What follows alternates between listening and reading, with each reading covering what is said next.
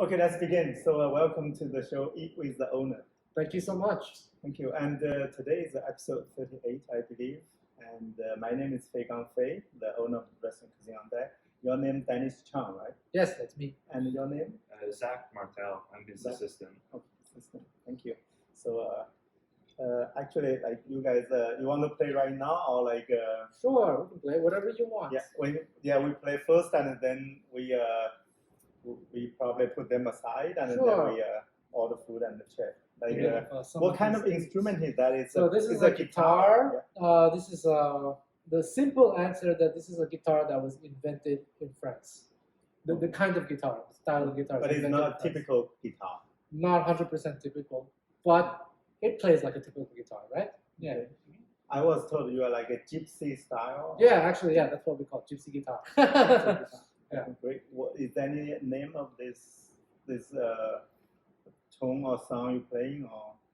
No, we'll have to figure this out. I was thinking we play maybe some of these days. Or you just composed recently, or? No. We play like kind of like the popular songs of the day. Okay.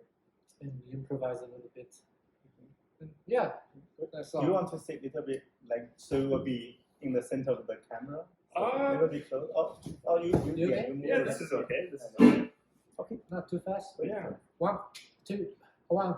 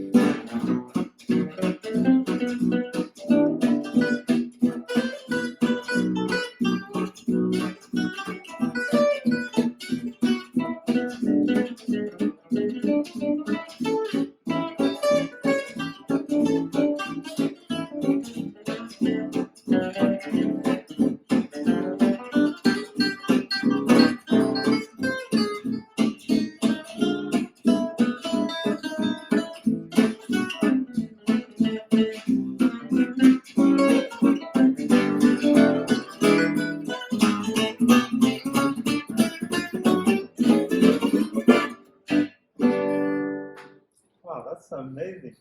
So that has to be two, or you can one. Oh, alone. one can play alone, but usually it's at least 2 or 3 or 4 or 5. Wow, that would be Yeah. amazing. Okay. That's amazing. So you want to do another one, or you want to put aside? Sure, we can do another one. Yeah. Let's do minor swing or something. The pivot. All right. 1, 2, 1, 2, 3, 4.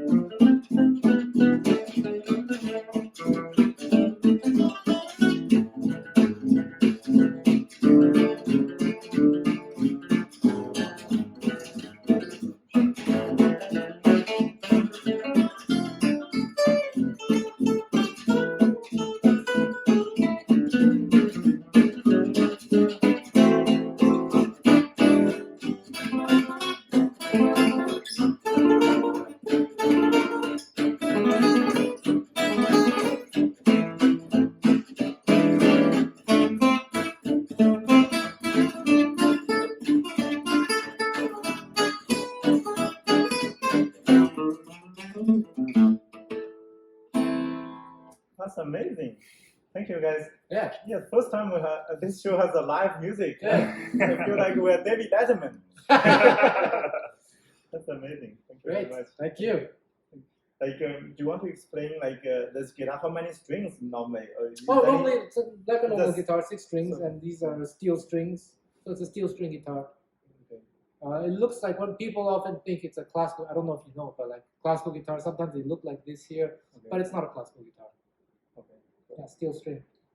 I always like the people who can play guitar is the most versatile or useful, at least because you only need to carry your guitar, you can play your thing. Otherwise, you cannot carry your piano everywhere, right? You gotta have a piano somewhere. Yeah, exactly. And then you can play a lot of tones with guitar. Yeah. That's why it's super popular in the campus in the old time, right? Campus. Yeah, definitely. And you can sing and the guitar. So that's why I think the guitar is the, I guess, most useful instrument for young guys to attract, attention or attract, people. Yeah, In those days, maybe. Yeah, I don't think so too much these days. Yeah, it's like you have your guitar, you can sing, you can, you can do everything. But the other instruments, it's not like that kind of a, by itself, right? Yeah. It's amazing. You want to put like? Sure. Yeah. I will double check the video. Yeah. Last episode we did not, somehow it's my problem, we did not shit. for the video. Yeah. Here's my cue for the outro. That was my way to do the melody. Oh, sorry. I thought you were going to do two. Okay, great. So yeah, you can see. Go ahead.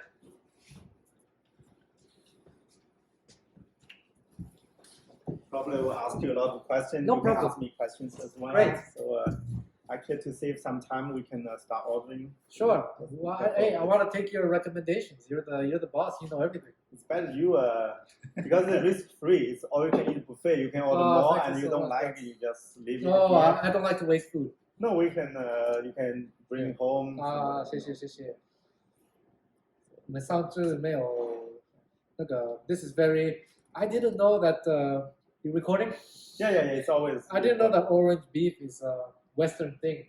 So when I was in Hong Kong, I asked for like orange beef. Like, what's that? It's not American Chinese food. I didn't know that. Oh yeah.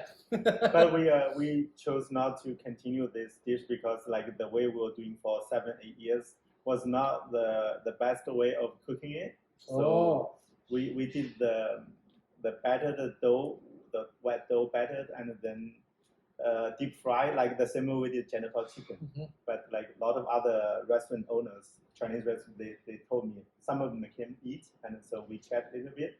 So I told them like why is like our orange beef is the dough is not sticking to the beef that well. So they told me, oh, why do you do that way? So they explained me how do they do the orange beef. So then I realized like being so many years like kind of we did it wrong. And I'm then- not a very picky person.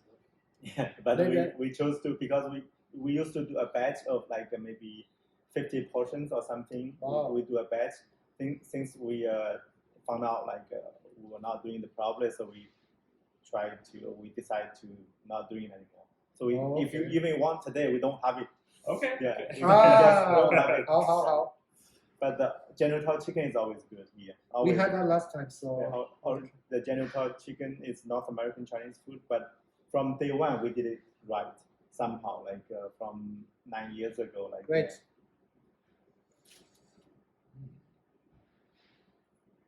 Zack, you want to sit a little bit closer, so probably in the Oh video. yeah. Okay. Let me check. Don't be shy. Don't be shy.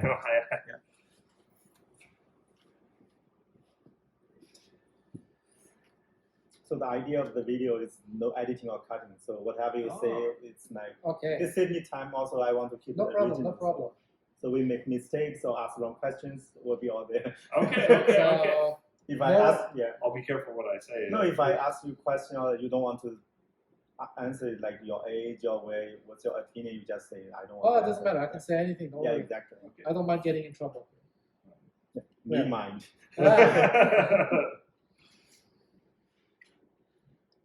Wow. Okay, just order a little bit more so you Okay. have a risk free, you know. How about the grilled beef slice? How's that?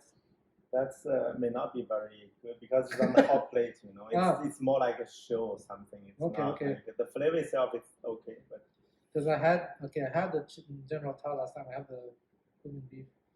What about the satay beef? satay beef is not bad. It's just the satay flavor. Or hot pepper with beef? Hot pepper, that one very spicy. The hot pepper itself is spicy. It depends on the different batch. Sometimes the same hot pepper is very spicy, very hot. Sometimes it's a little bit bland. It's very weird. It depends. I get the vegetables from. Oh, so hard to choose. Everything here looks so good. You can try the. He didn't pay me to say that. Yeah, it's kind of a small business. You don't have to lie. You know, for me, it's my attitude. It's just I we love do eating well. though. Yeah. So We do well. We do well. We do okay. We do okay. Wonderful. If we're not doing well, it's like Especially you know, kids. it's a not big deal. It's like the attitude, like the artists, like that's why I admire musicians. Like you guys, very mellow, you know, very cool idea about the purpose of life. I guess you know, it's not very stable career, for example, but it's like you guys save through what I think is kind of the life of purpose of life. You know, Yeah. enjoy the moments or whatever. But for me, doing business restaurant, I kind of have the same thing. I go with the flow. If we're not doing well, we're not doing well, and I just means I need to work more hours to cover the cost. I want you to do well. It's great. I think things like this are very important for the, how do you say, the atmosphere of a city. I want Yeah. to do the proper thing, you know. I want Mhm. to do the right thing, you know. Try to, you know, I don't want to make more profit, but not doing the properly. You know, it's I just take time for me. But well, I wouldn't mind trying to build beef Okay, slice if great. you don't That's mind. it. Yeah, And that's your call, the chicken dice, the diced chicken. Okay, that one has you had it before, right? Did I? I don't know. I don't did because remember. it's it has bones deep fried. Ah, it's yes. Okay. dry. No. Okay. I did have that, so it's just Yeah. something else. And you said you already had the chicken? Maybe I didn't. So then maybe I took that. Okay, I'm gonna have Your genital chicken? genital. Yeah, me, I'll have the same, I think. No, we put it. We share. split it. Okay, Yeah. yeah, that makes sense. Yeah. Why It's couldn't easy. Why couldn't? The foreigners. We've been here. Why We are not? the foreigners. Guilo. I'm a guilo too. No.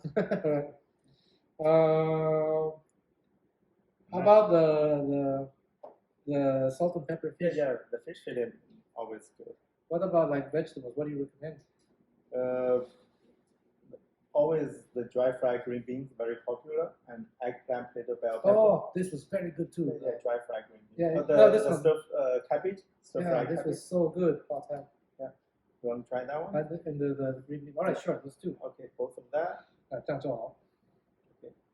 Oh my goodness, I'm drooling already. It's like it's morning time in like Do you want this China. as well? Eggplant potato bell pepper. 都可以啊. Yeah, so we get six. 3 people, 6. It's a good meal. Okay.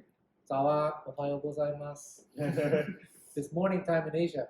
Yeah, it's what Yeah, they're waking up right now. 6:30 probably. Yeah, 6:30. Yeah, 5:30 here. Yeah. It's Yeah. yeah, that's right. 6:30. And the steamed rice for you? All of us? 我今天不吃饭. Okay, no steamed rice. You want rice though? I feel like with everything, like I'll probably be pretty full with everything that we already ordered. So no steamed rice. Yeah, no steamed rice. Okay, then I go with the flow. No steamed rice. Yeah. Just try. We were in the USA 2-3 weeks ago. Yeah. So then we were working a lot with a lot of musicians, and I take them out to not junk food, but like we eat so much unhealthy things. A lot of deep fried food. Yeah. there. So now I want to. Okay, And eating on the road a lot too, right? Oh yeah. great. So I bring this downstairs, Oh right. and then you can say whatever you want to say in front of the camera. I will be really fast. All right. This is a message to the government of the. No. Oh, jeez. That's great. It's great. Yeah, sorry I missed that on minor swing. 大丈夫よ。皆さん、今、7時半ですね。おはようございます。I was talking about you. That's not. かわいいこと。If you know where that's from, then you're cool. You know where that's from. I know where that's You from. introduced me to that. Oh, kawaii koto. Yeah.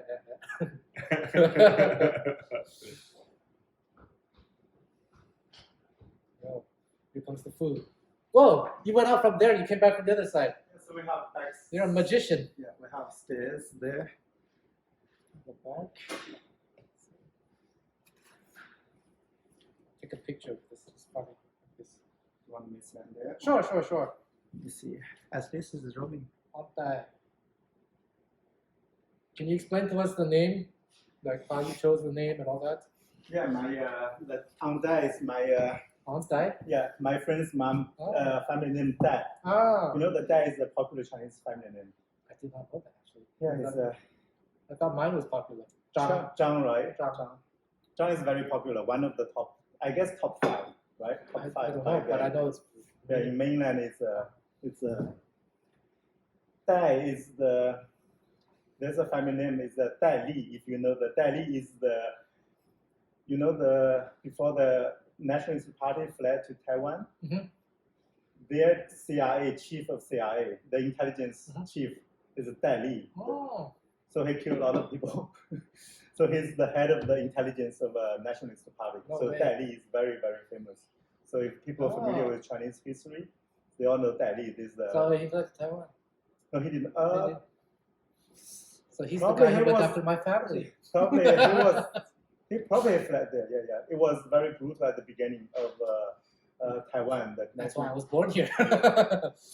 Like that's an interesting because recently I saw your Instagram. You said something about your father. Yes. Like he passed away when? Oh, that was December 2nd or 3rd, and that would be 2002. 2002. So a long time ago. Yes. 20 years ago. Yes. Okay. Very suddenly. Yes. It was not So expected. he was living Paris, right? No, he was France. he was there for a conference, Right. and he passed away. So Gorbachev, the Soviet Union, the last leader of the Soviet Union, he passed away in the home of Gorbachev's speaker. Okay. So they were friends. But my father was very interested, like in that period, like of Russia, how the Soviet Union dissolved and all Yeah. that. Okay.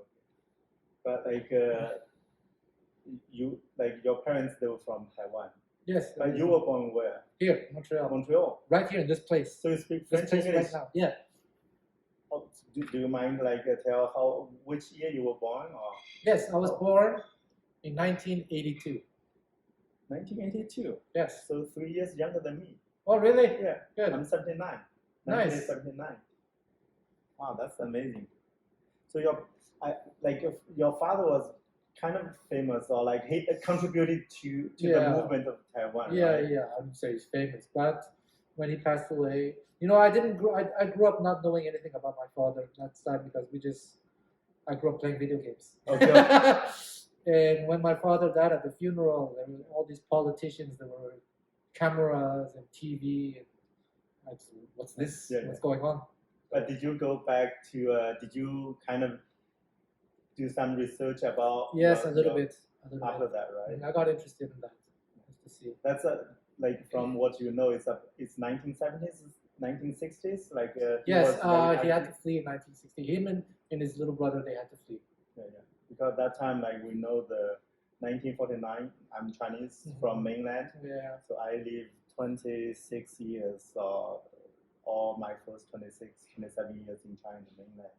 So I immigrated here 17 years ago. So I'm 43 now. Nice. Yeah, so I want to say something. I love everyone. Yeah.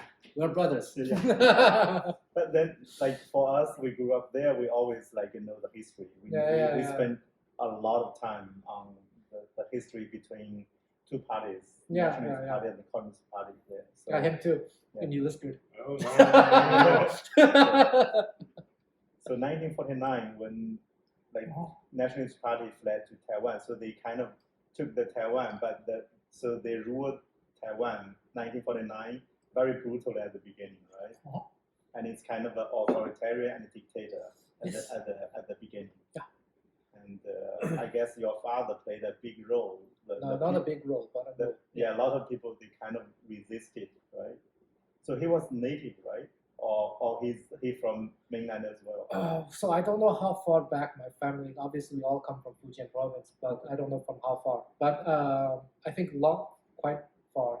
Okay. But he was not born in Taiwan. Probably he. No, he was born in Taiwan. Okay. So, Yes. okay. My So parents are that's born in kind of probably they probably call them native, or at least the local people. That's so what, that's what you meant. Okay. naturally Yeah, they're gonna yeah, resist, yeah. right? Naturally they're gonna say like, you guys from mainland, like you established the government here, Yeah. and the way they were ruling them was different from the Japanese time, I right? don't think it was that resistance. I think in the beginning some people were welcome, but then I think when they came to Taiwan, it's like they didn't really care. They just wanted to overthrow, the other party. That was their goal. So they just like, you're our slaves. We have to. So that's So a lot of intelligence people, like intellectuals, like Yeah. they really like the today what Taiwan is like at the beginning, like they were really fought hard. They fought really hard. Some people get jailed, right? Yes. I hope your father did not. My aunt did. My aunt. That's why my father had to leave us. Yeah, a lot of people they kind of, if you kind of speak up or protest against them, they will just lock you up. Wow. Yeah. That time, but 60s, 70s, 50s, a lot of those kind of Yeah, definitely. bloodshed, everything. They went through Still everything. recent history. Yeah. So your father, at least a lot of people, when he finished his life, a lot of people, politicians, they recognize his role, A little to, bit, to push against the authority, the powerful. Yeah. That's interesting. I read that. I saw the Instagram. Like I did some research as well. Okay. Cool. That's amazing. Like you have a kind of importance, I think we all have to, all of us, we play a certain role in life. So. But you are very mellow. You're not, it's like when I was young, we were really active. I was really like patriotic or nationalist as well. Sometimes we got a lot of our views. Yeah, I think when you're young, but I think with age. Yeah, but for you, like you growing up in Montreal, you were not that hot-blooded, right? No, I think I changed a lot. Because of my career, I meet people all over the world. I think we're all almost always the same anyway. And when you're young, I didn't choose to be born here. I was born here. Yeah. And for me, I have no reason to feel like this is the number one or Taiwan, whatever's number one. I just try to just go with the flow. Now that looks very good. That's the beef, grilled beef. That's what I ordered. Okay, yeah. That's your taste. It's vegetarian, right? Because I don't eat meat. We have what is the burger like? They have vegetable burger or the beef like Impossible or Beyond Impossible. Burger, is that what it Beyond is? Burger, yeah. We were just watching a Dave Chappelle thing about that. Yeah, that's what it was.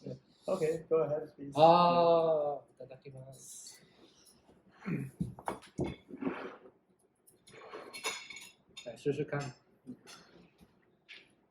You said this is like okay, but this looks so good. It smells so good. I'm telling you guys, he's not paying me to say this.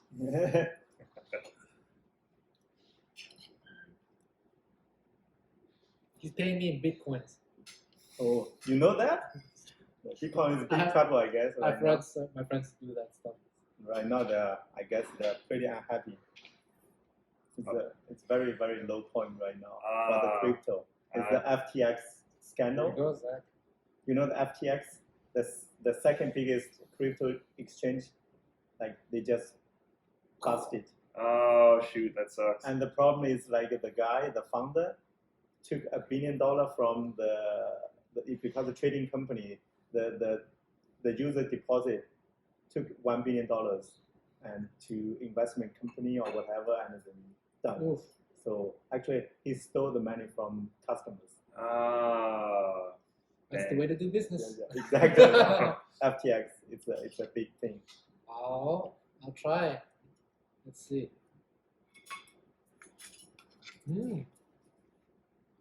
I chose well. It's the beef. Mainly, it's the beef. You have to be a little bit tender. So, that's What kind of sauce is this? I don't know. I don't know because I don't cook this one. Right? It's okay. Secret sauce. I'm very new. We don't have sauce. We only the general chicken we use sauce. We cook the sauce, but others just like on the fly. The cook just have to do it on the fly. But mainly, everything from what my limited experience in the kitchen. 谢谢。 That's Jennifer chicken.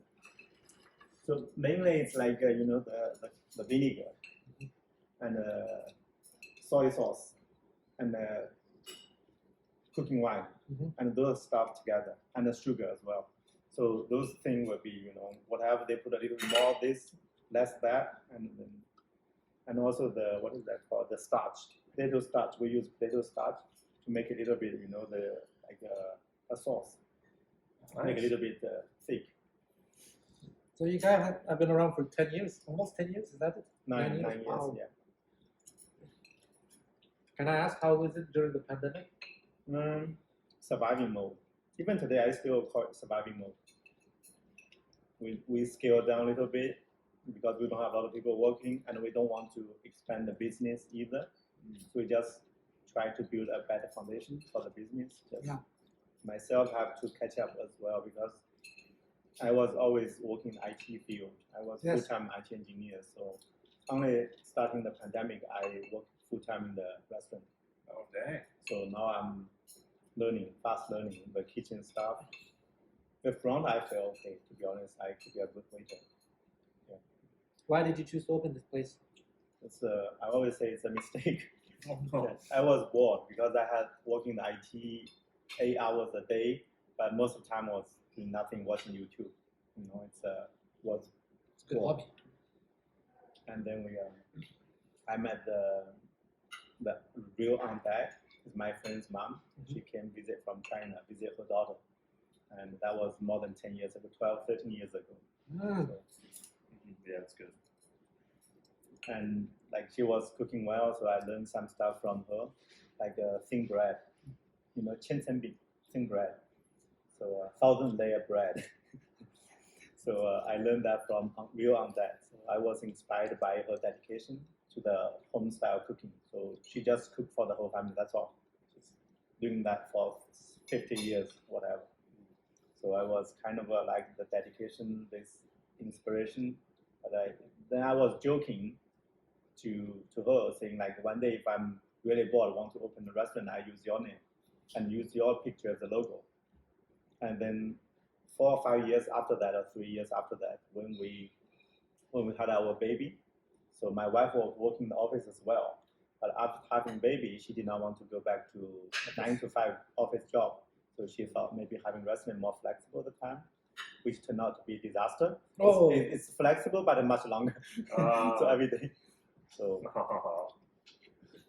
that's why, like 9 years ago, we started the restaurant without knowing nothing, no business experience, no restaurant business.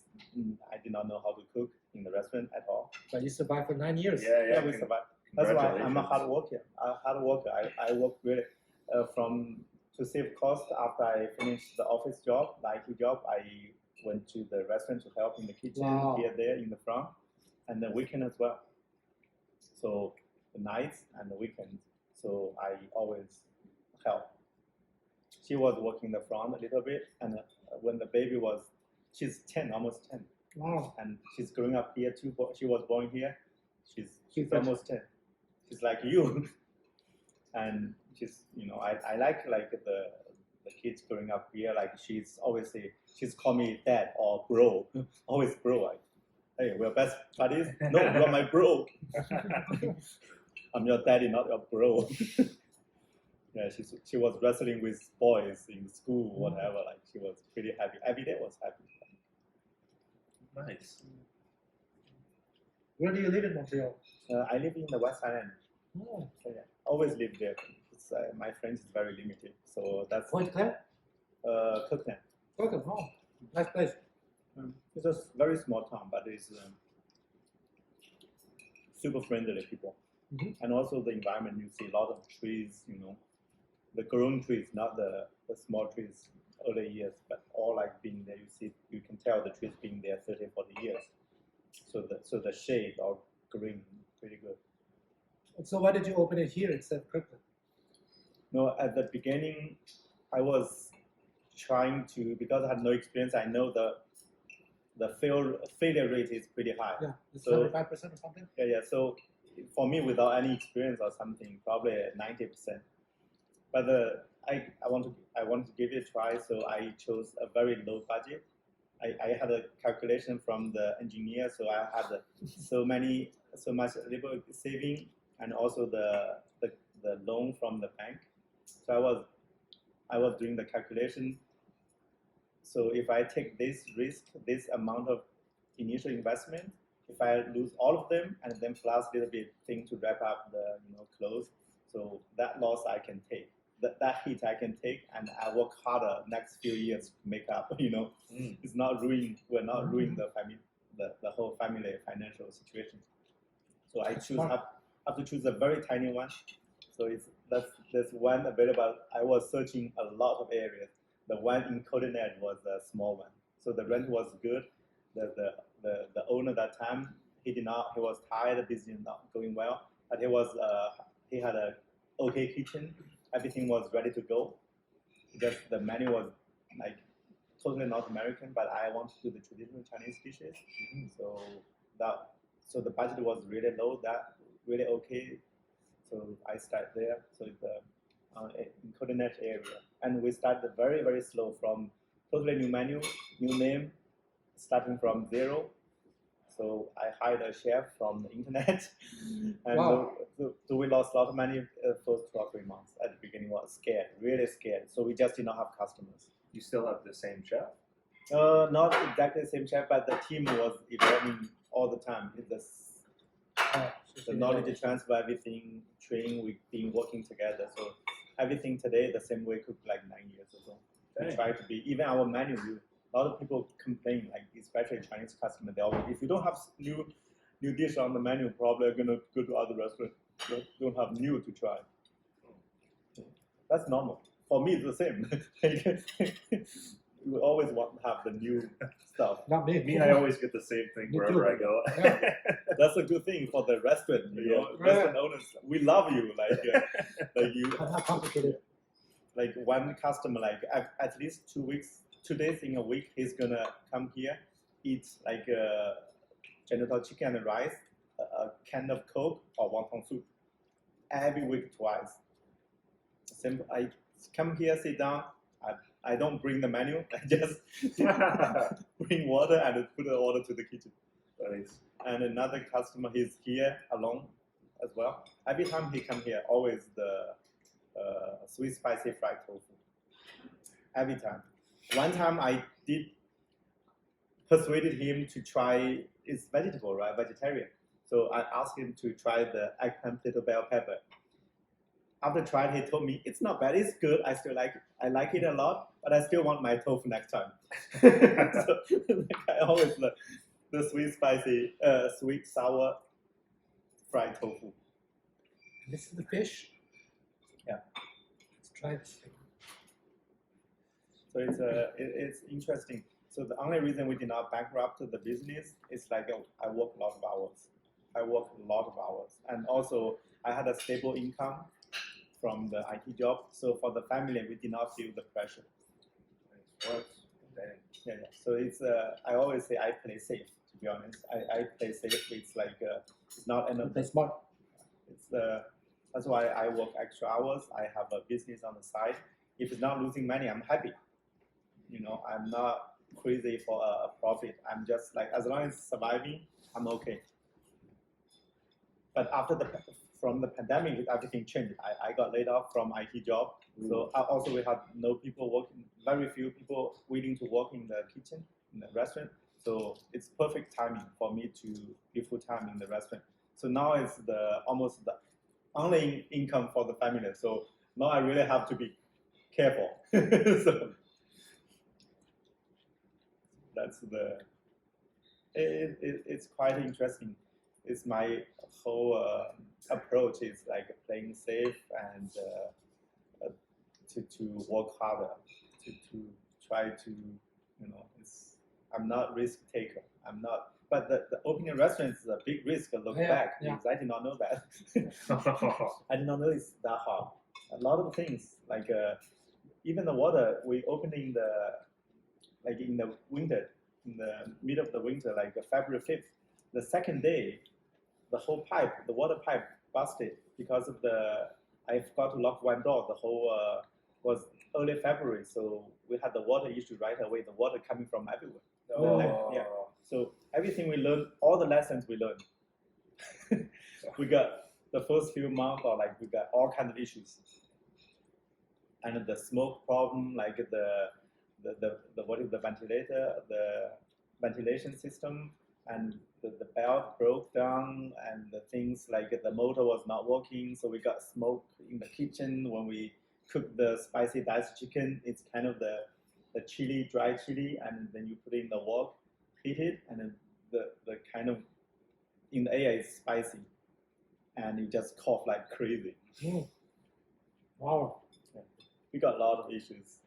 We did not know it's that hard. But you did 9 years and you survived the pandemic. Congratulations. We're okay. We're doing fine, I guess. I hope it continues. Because I don't live in Montreal anymore, so I come only maybe once or twice a year. So you better be here next summer. Yeah, we will be here at least 2 or 3 years. Good. But my plan is to keep it like long term. Really, I'm right now. I'm more confident before because I know the business now. After working almost 3 years, 2 years and a half in the kitchen myself. So I'm here 7 days. Every day I work 14, 15 hours. Every day? Yeah. That's why the video I explained to Dennis, like for me only Monday, Tuesday will be right now the schedule for me to do the video like this Monday, Tuesday evenings. Because I have to go covering me downstairs. Last time when I came here, it was very busy. Yeah. So I was supposed to talk to you. No, it's okay. So, good. Yeah. The weekend nights we always very busy. We have a lot of people eating inside. That's great. Yeah, we're fine. Some folks they really like us. I know a lot of them. Some of them are just very regular guys, customers. I do 2 weeks ago. I started this called Eat with the Owner. I have a photo thing called Photo with the Owner. So every day I try to, if I'm not too busy in the kitchen, I came out to chat with a group customer. They probably take a picture with me. I put on Instagram and Twitter. So I put a date on every photo. So like photo with the owner with the date. So I know I meet this group of customers and on this date. So it's a proof like I'm working that day. Nice. Yeah. Actually, I have more than 10 already pictures, 11. Like almost every day. I miss Saturday. Saturday I just cannot come out. Did not have a chance to come out. Too busy. But other nights, like 6 days, 6 nights a week, I had pictures with customers. Good. I try to to create some memories when I'm old. Look back. Oh, we used to have a lot of customers. That's a good idea. And the Instagram and the Twitter, they're gonna help you to store all those pictures. Exactly. Yeah. It's better to, a lot better than you save on your own photo on your own phone or hard drive. Oh So on Instagram, you just check my account, you will see all of them. So it's when I realized, that's really good, no cost. Thank you, Instagram, or thank you, Zack. I hope the Meta is gonna survive. The Metaverse burn a lot of his money, right? I don't understand that. You're right. It's very good. It's all very good. Yeah, genital chicken. My favorite. These three are very, very, very good. It's all very good. These three. I haven't tried these yet. As eggplant, potato, bell pepper, it's very popular that one. It's very good too, yeah.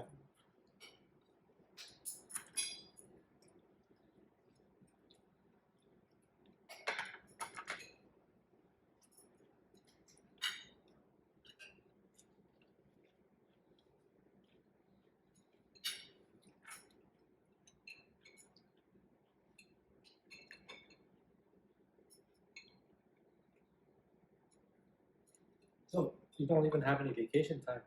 Not at all. Oof. That's the biggest problem, I guess. So I just cannot leave, at least for a whole week or something. 1 day should be fine. But I guess the whole pandemic, I only 1 day whole day off actually for me. My wife was covering for me. I took my daughter somewhere or something. But Wow. she's super cool. Like the only thing like I was worrying is like I spend just very little time with my daughter when she's growing up, especially during the pandemic. But she's super cool. Great. You know, she's not big deal. She's not seeing me every day. But in the morning I send her to school right now. Every morning I drove her to the school, and in the afternoon my wife pick her up. French school? Always French school, but her English is pretty good as well. Cool. And her Mandarin? Mandarin not bad. You but, speak Mandarin or Cantonese or something else? Mandarin. But between my daughter and myself, lot of time we speak English, lot of time somehow. But my in-laws living here, so they don't speak any English or French, so my daughter has no choice, has to speak Mandarin to her grandparents. So that's help her Mandarin. Good. But she's not reading or writing. That's too difficult for a child. Like French, English plus Mandarin reading, writing, that would be too crazy. The brain gonna explode. What kind of hobbies does she have? Oh, she got a lot. Crazy. Like swimming, figure skating, synchro skating, Wow. and horseback riding. Oh, Yeah, she's everywhere. Piano. good. Like us Chinese parents, that's kind of mandatory, not Not a for me. recommendation. My parents didn't let me. Like you're playing that guitar thing. My story is I'm the youngest brother by many years. My brothers are much older. Really? When they were kids, they all had to play piano, just like Asian kids. Yeah, Asian kid. But when I was born, and then they all gave up. So when I came, when I was 4 or 5 years old, my parents said, you know what? If his brothers give up, Dennis is going to give up too. Let's not even give him a chance. Wow, that's interesting. So they gave up on me right away. So how many siblings do you have older than you? 2 brothers. Only 2 brothers? Mhm. No sisters ever? It's like me. I have 2 older brothers.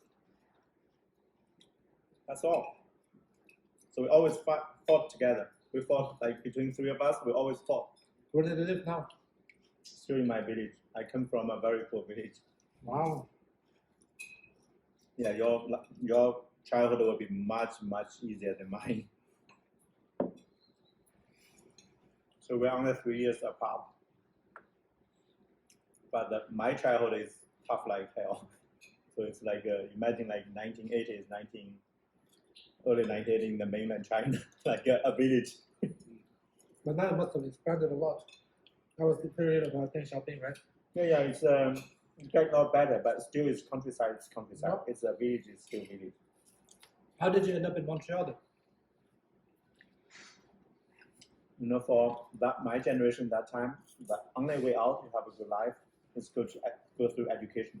Mm-hmm. So I'm the whole village. I'm the first one went to a university, have the bachelor degree ever in the village. First one, Nice. 1997. So once you have a good university, being an engineer, that at that time was amazing. So I graduated 2001. So the opportunities are everywhere.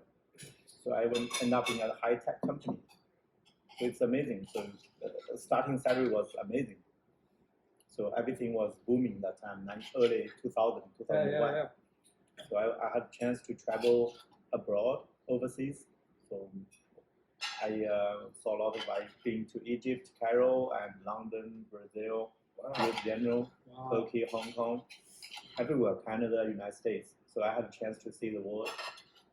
So then I decided to stay outside, set my home outside. So that was How did your 17 years family ago. feel about that, though? You leaving? Actually, even back in the village, at the beginning they said, cool, because the first city from after the university, I was in Shenzhen. It's a mega city. It's pretty, everybody knows, super rich city, young city, rich. So they were pretty proud. The youngest son for the education, get a nice job in a big city, and we have a hukou, you know the hukou, the household registration system. Okay. So we will register as a rural place, villages. So it's a rural registration. But when you have the hukou or the household registration in a big city, you kind of have status. You know? That's a little book. That's household thing registration.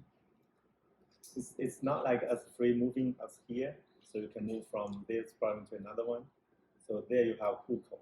So you kind of tied there. Okay. Yeah, if you don't have the status in the city, you probably have a lot of issues with your kids' education, your healthcare, some kind of that. Wow. I have that in Japan. Oh yeah. I have to do that too. So Montreal is pretty good. I've been 7 years in Montreal, but in Canada, I don't like Toronto. I don't want to live there. Live in Toronto. Yeah, for me, Montreal is perfect. It's French, English, good mix. People everywhere. People are super cool and relaxing. Not too crazy, like career. Business. Mm-hmm. Here, the business sucks in Montreal compared to Toronto. Business sucks because the it's not like big business oriented city. Mm-hmm. Yeah. The mentality is different, but it's a good balance. Yeah, I like Montreal. Can I ask how you immigrated to Montreal? How did that process work? That time was quite a skilled worker. Go through skilled worker, you have worked in a high-tech company. I had a bachelor degree, certain major, and working experience, and young, with a family, wife, and she got bachelor degree as well. She got working experience as well. So all those, you get points from all those kind of stuff. It's not too bad, not too difficult.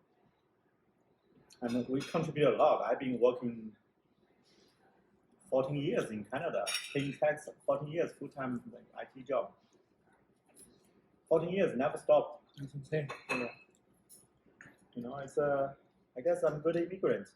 Yeah. To Canada. He's also sending all the trade secrets back to China. I think something like that was Some people get busted recently. What was that? Hydro-Quebec? Hydro-Quebec, yeah.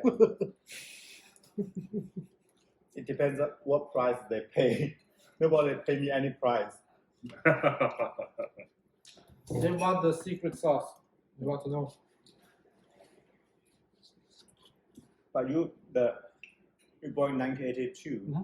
So what school you went to? All the time, like in Montreal, your school, the primary school, secondary school, and CJAP?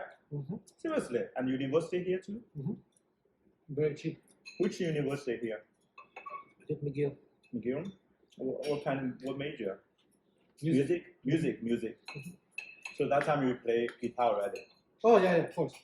In the music major, do you kind of specialize any? You have to choose some Yes, you have instrument? to specialize. I specialize in what they call music theory, like how music works. To study that. That's what I study. So your whole life is about music? Most of my life, yes. Do you know how to play the classic Chinese instrument, the best ever in the world, the best music? Pipa? What? Not pipa. Which one? Only 2 strings. Erhu. Yeah. I love erhu. You play well? I cannot play erhu, but I love it. That's amazing. That kind of the best ever. I Not really better love than piano. Yeah. I also love guitar. 古筝呢? I love traditional But Chinese why music. don't you learn erhu? For if you know music this well, you play guitar well, and that thing should be easy for you. Like, I think right I would away. have to move to China to find like a good environment. But Taiwan too, I guess. Yeah. A lot of people Yeah, in Taiwan. But I'm not Taiwanese. I'm Canadian. I was born here. But do you have? My life is here. Oh, well, it's not here. My life is in Japan now. But yeah. Oh, so you're not visiting a lot. Your parents they did not bring you back to Taiwan No. once a while. How many times or how much time total? How many days you spend in Taiwan? Well, I started going regularly about 12, 13 years ago because at that time my grandmother was starting to pass away. Okay. It took her many years to pass away, but I started to go every year. Really sick, right? Or Alzheimer's. So not Okay. like sick like that, but Alzheimer's. Okay, Alzheimer's. Her mind was going. So that's when I started going. But before that, as a child, maybe I went, let me think. Only went 3 times, I think, 3 or 4 times when I was a child. From when I was born until my adulthood, maybe 2, 3 times. 3, 4 times. Yeah. Well, where did you learn your Mandarin? From the streets, from friends. Okay. Yeah, that was So Mandarin. It started in 2014. So your parents did not put a emphasis on you to No, say no. you have to know. No. Seriously. No. Wow. A lot of. The emphasis is on French and English. Okay. And I will add a little bit of Taiwan, Taiwan. Hokkien, yeah. A little. Kaja. Yeah. No, not Keja. Will be like, what do you call that? Minai. Yeah. For me, Or they're Hokkien. they're very difficult. Those kind of a dialect is crazy. It's totally crazy. Yeah, I don't even know how it works, but I just speak it. But I'm not an advanced speaker. Very basic. But you can have a good conversation. No, basic conversation. That's good already. But like the reason I like the Erhu, it's amazing in the countryside, the villages.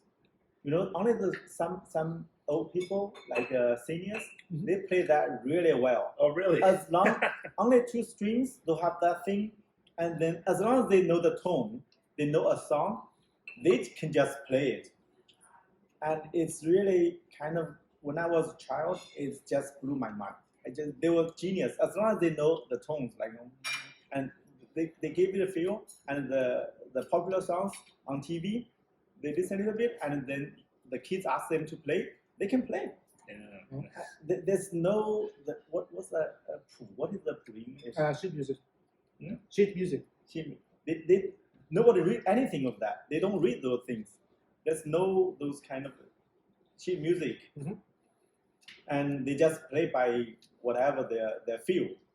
Yeah, good ears. That's crazy. And also that one, the 2 string, they can play so many by put a different strength, whatever. They can make that kind of crazy abundance of tones or sound. Mhm. It's crazy. I love it. Yeah, me too. I love the Erhu. Who is for me is the king of the musical instruments. My fiance actually has one. What? So, yeah, Darcy has one. So I've tried to play it, but she was going to take lessons, but she got really busy with work. In the villages, they always people playing those traditional instruments. Oh, that's awesome. Yeah, and also the flute, the dizi. The dizi. No. Mhm. That thing is magical. You cut we used to have a bamboo stick, and then it's hollow inside. You just drill several holes, and then put the very thin film inside the bamboo. You break the bamboo and the film, and you to make it wet, and then stick to cover the hole, and it works. It's crazy. And the people we were on a boat, and then raining day, my uncle, not related, but we call everybody uncle, and was playing that. It's kind of crazy. It's really super good. It's a beautiful instrument. Yeah. The dizi, not the flute, right? Flute is this way. Mm-hmm. Dizi you do this way, sideways, not like the long the Western flute. The bamboo made of bamboo, so you cover the holes. That's really amazing. I have a friend who studied for a bit in China, and he brought back that instrument with the one with the paper film, and man, it's really cool. Yeah, it's crazy. I tried to in my senior high school, I tried to learn. I can only do one popular song or 2, and was then I gave up. I'm not made for this. It's too hard.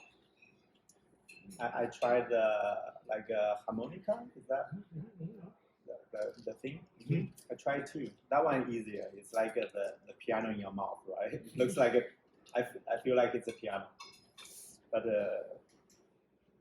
then I find I'm not made for this at all. I just I'm below average a lot, by a lot for the music part.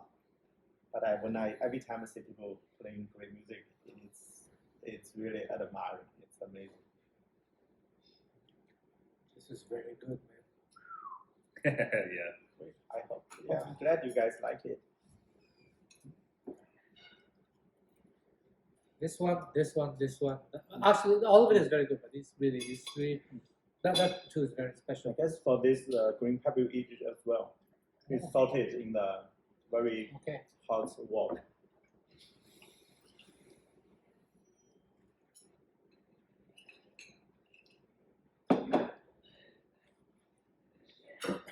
That's 4 years for the McGill for the music, right?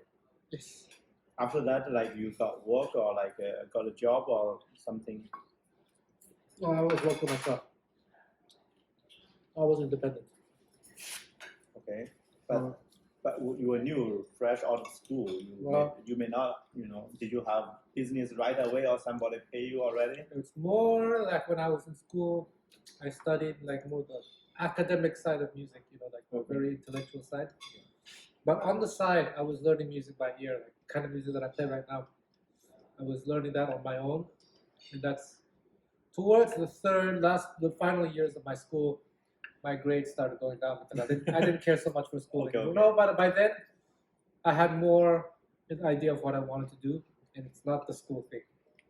So I let my grades go down. Really, my teachers even took me aside and said, "Wow, your grades used to be so good. What's happening to you?" It's like nothing. I discovered this is a waste of time. So I started playing the kind of music that I play, teaching it, and then from there, things happened. It's like a well planned. No, it's not a plan. Things just happen. And also, when I first started, there was almost no one playing this kind of music. Very few people. How did you know this? First time you knew? Because I heard it in movies or on TV. This kind of in the background, you could hear something like that. And I had this mentor, and I say, "What is this sound that I keep hearing? I really like it." And he told me, "Oh, you need to listen to this recording. Go buy this CD. Go buy that CD." And I went and I bought those CDs, and I loved it so much. I wanted to learn it. I wanted to find a teacher, but there were no teachers to teach that. So I did it on my own by just listening from recordings. And at that time, there was so very little recordings that you could find. Very little. So the few that I had, I listened to all the time, non-stop. And I tried to copy what I could hear. And then that's pretty much it. It just continued that way. So. But what is the special about Gypsy guitar? Gypsy guitar? The Gypsy, like I thought it was from South Asia, somewhere like North India. Yeah. Gypsies are from North India. What happened to them? Like it was like in the movie, they always like they don't like gypsies or somehow they're mistreated or something. It's like racism. Yeah, racism or something. But they were cool, like hippies, right? The early hippies. Oh, I don't think so. I wouldn't say hippies. No, I wouldn't say hippies. That's the problem of the movies. They always like give. When I was watching the movie they mentioned the hippies, the gypsies. Probably they give you the impression, give audience the impression. That's their fault, not my fault. I think for those people, they left India a long time ago, more than 1,000 years ago. And they were able to trace this through the language, I guess, or DNA or something. They found out that they left India more than 1,000 years ago. Why did they leave? No one knows. Everyone has their own fantasy, their own theory. Oh, they left because of this, but no one knows. So they left India, they go north, and every time they stop in a new country, and they will absorb a little bit of the local culture. Yeah. And because they're foreigners, no one likes foreigners, right? That time, especially that. Yeah, that time. Anywhere you go, if you're a foreigner, no one likes you. So it's a very difficult life for them. And to survive, they had to do different kinds of things. Often they would be making things with their hands and selling them, or learning how to fix things or play instruments. So that's what they did. So they keep traveling like that. Or performing, right? Or sometimes. Yeah, different things. So that's where they come from. That's the simple version. But the people from India, at least like from what I get, it's like a lot of time very spiritual, right? Yeah. They have a lot of religions, they believe. People sitting under a tree for like 10 years without moving, right? Yeah, but like for those gypsies, they left 1,000 years ago. Each country they went off and they would adopt the religion of that place. So some of them are Muslim. Many of them in the west of Europe, they're Christian. So their music is more like mix up everything. So it depends where they live. So if you're like a gypsy living in the Middle East, because they play Middle Eastern music in their own way. If you go to Spain, then they play like Spanish flamenco music. So it depends where you go. So the stuff that I do is more based on Germany and France. I got the impression that majority of them live in Eastern Europe or something. There are many. They're everywhere. They're everywhere. Still today. Yeah, still today. But what would be the identity? Do they identify them as gypsies or like, or just like they kind of a little bit their belief or their, you know, like how do they identify? Like Jewish people, they say the Jewish people, you know, the Chinese people. But how do they identify there's like their own identity? Yes, many of them. I think many of them do. But you see, the culture keeps changing because they start from India, then they go, let's say, north to whatever country in the Middle East, and they will have a new culture because they mix, right? Yeah. But some people will stay, some people will leave. Why, we don't know. The core. So some people will leave, go somewhere else, a new culture will make. So there are so many cultures. So it depends where you go. So the one that I'm familiar with is from the west of Europe, like France, Germany, around that area. When you said a little bit like not caring about academic side after the last year of the university, at that time so in your mind I guess that time a lot of people think about good career, you know, but were you worry about like the career like you would have or like you? Yes, a little bit. Of course, it's not an easy job. Yeah, exactly. You are on your own. I think a lot of things that happened to me came through luck, or I mean, I obviously worked hard. I definitely worked hard, but there's a lot of luck, right place at the right time, meeting the right people, and I was able to make a living from that, from combination of hard work and luck. Yeah, that's learn this kind of music or artist is always like me. I'm background is computer science, so for me, I know if I stay in Canada, I'm pretty sure I can get a decent job, like a well-paying job to cover the support a family or something. So that's why I'm playing safe. Yeah. Choose a major like computer science. 1990 end of 19 around 2000 was very popular.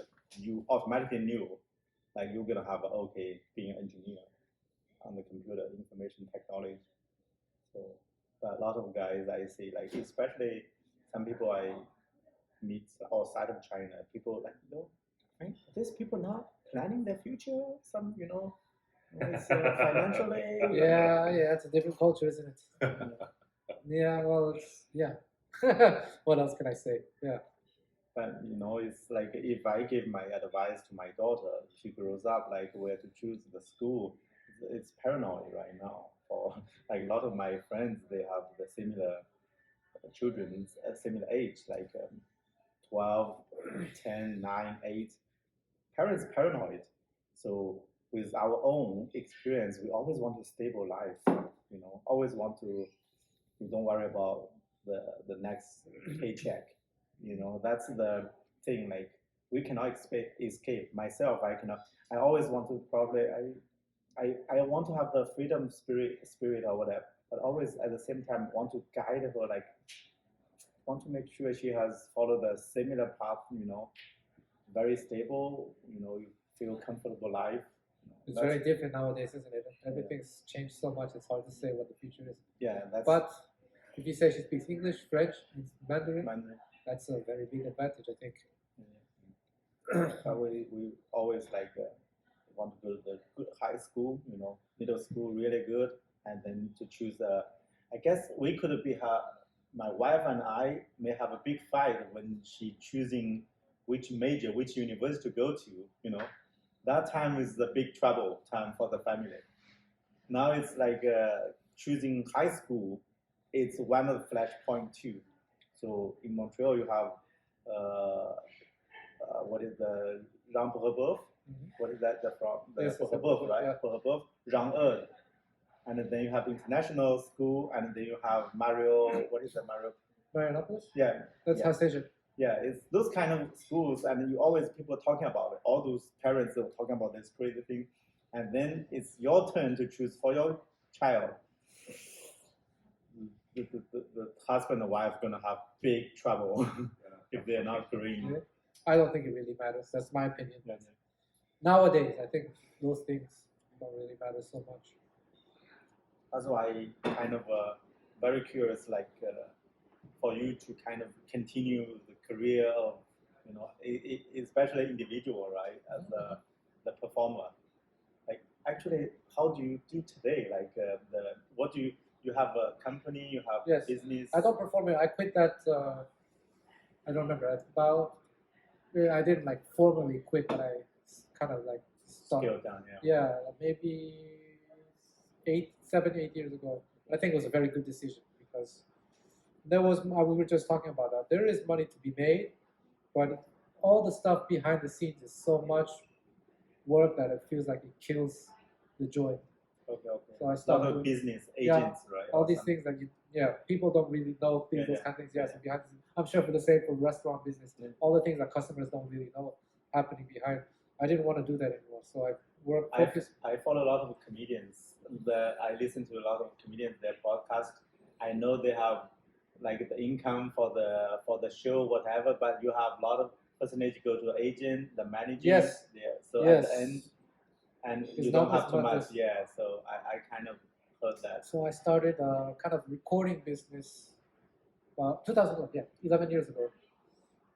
Yes, 11 years ago I started kind of a recording business.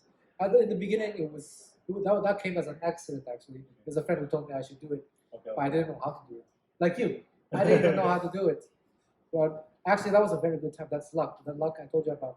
At that time, you had the economic crash. Okay. 2008. Yes. Prime second. And then, for just a small, short period of time, the Canadian dollar was very, very, Very strong. strong. Yeah. Almost to one. One time almost pretty much. one, almost equal to US dollars. That was Exactly. And that's when I bought all my expensive stuff.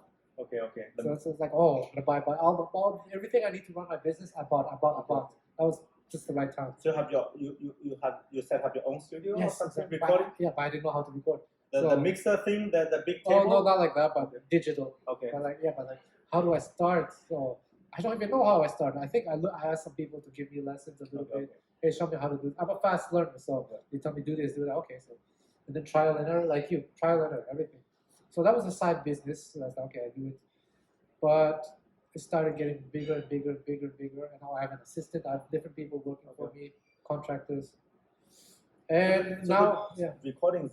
Sorry to interrupt. So the recording, how do you make money for the recordings? Like because we get, I guess the easiest term is like royalty, passive income. Oh, So from sales, that's what saved me during the pandemic. And I'm so glad that I switched, stopped being a performer. Because during the pandemic, otherwise, musicians stopped performing. all of It that. was miserable. Hard time for because no audience. They have to, you cannot meet. People cannot gather.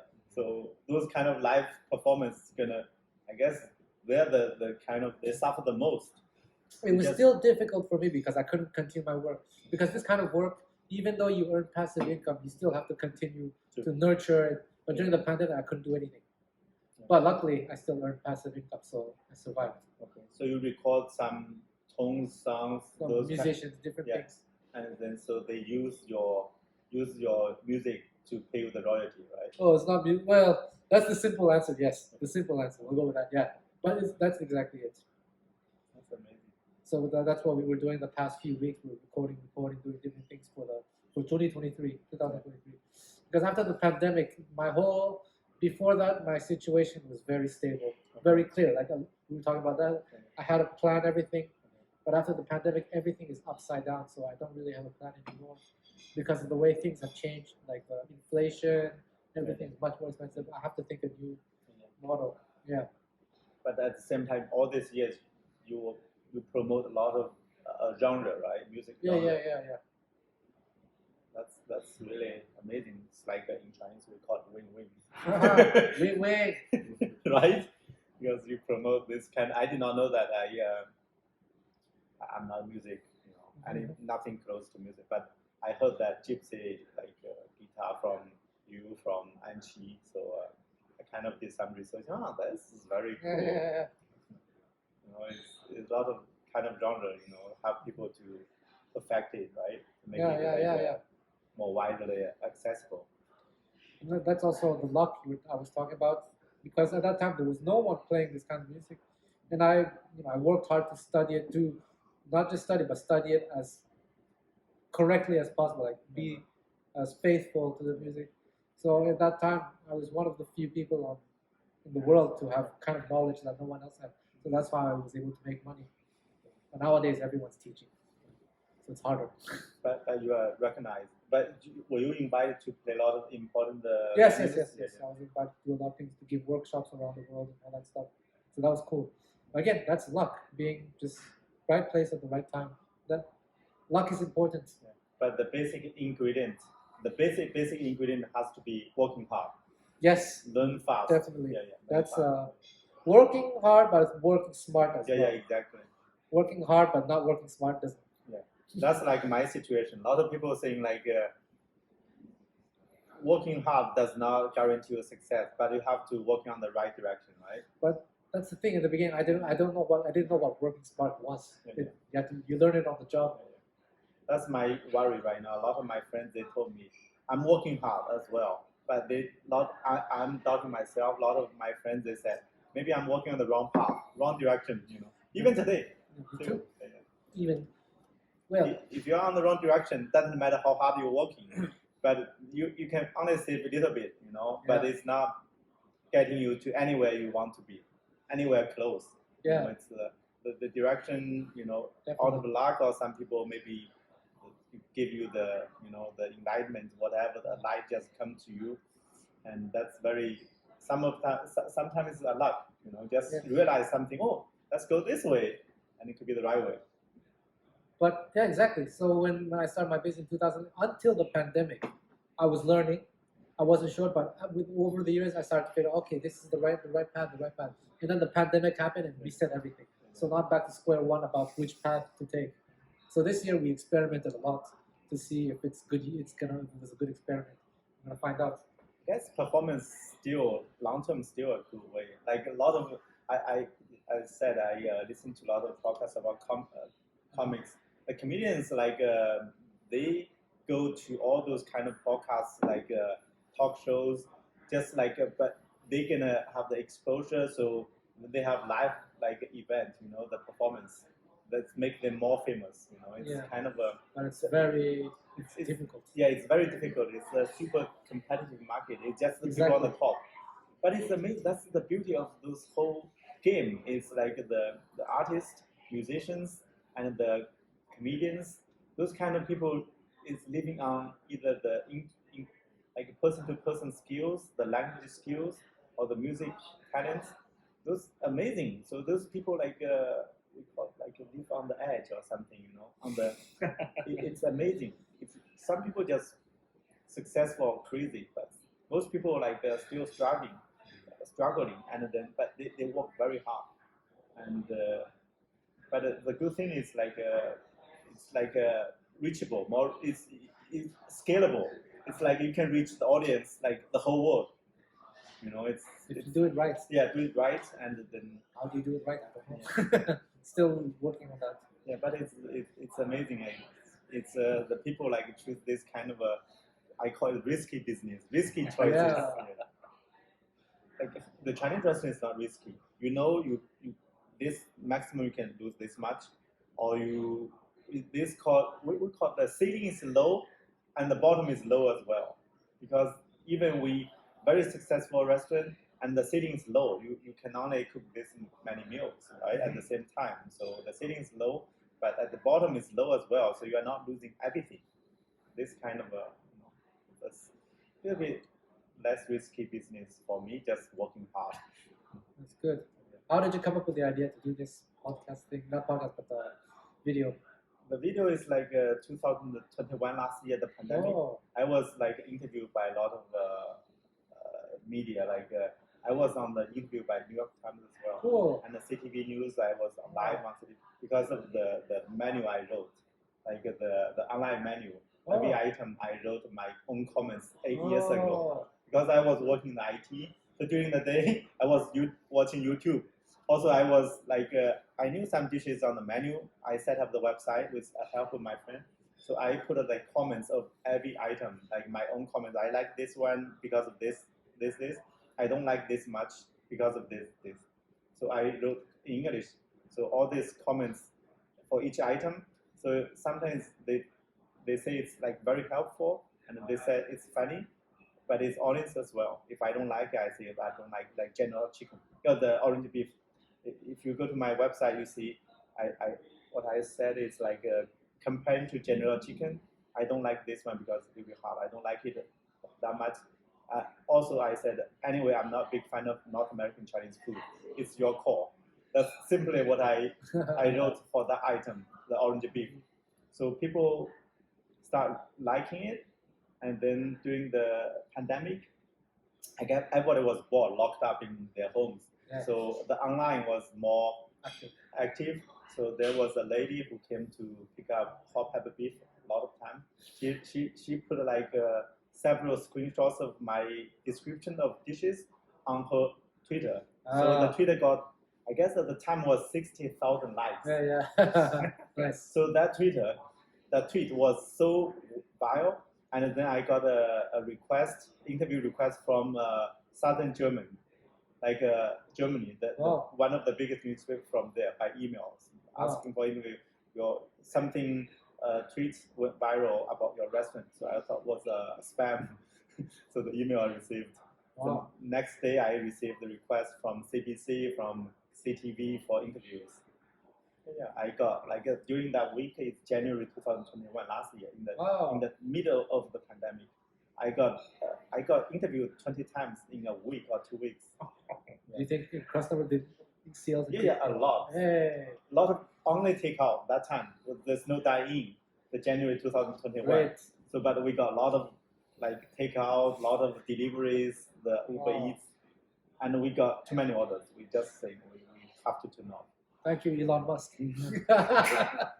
It's that was really lucky. For me, it's like super lucky. For that one, after that, I was really, because I had a full-time IT job, so all the time I kept my name out of the restaurant business. So because the boss found out I had a side business, that's why I'm not working so hard.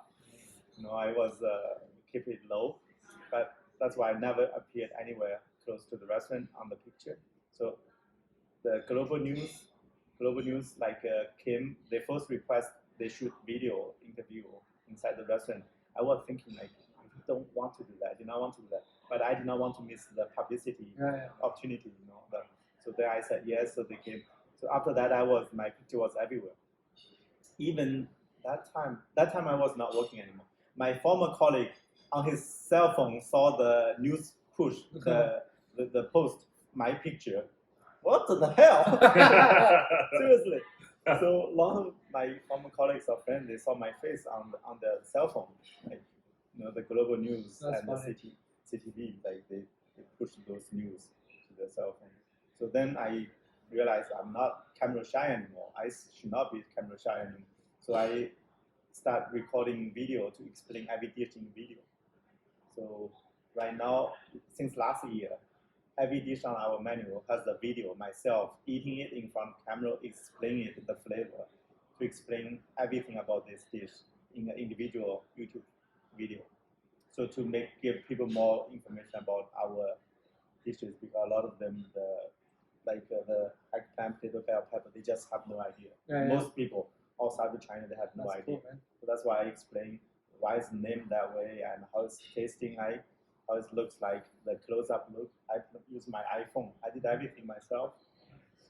And then after that, I talked to, before the pandemic, when I was working at night or the weekend, I talked to customers a lot. I know some of them, so I like talking to people, know their stories. So that's why I came up with the idea, Eat with the Owner. So today is the 38th already. So a lot of customer friends, they're really helpful. They're really interesting. It's people here, they're really open to open up about their stories, like your age. You know? Some people, they're really sensitive about how old they are. You know, all the, Because they're old.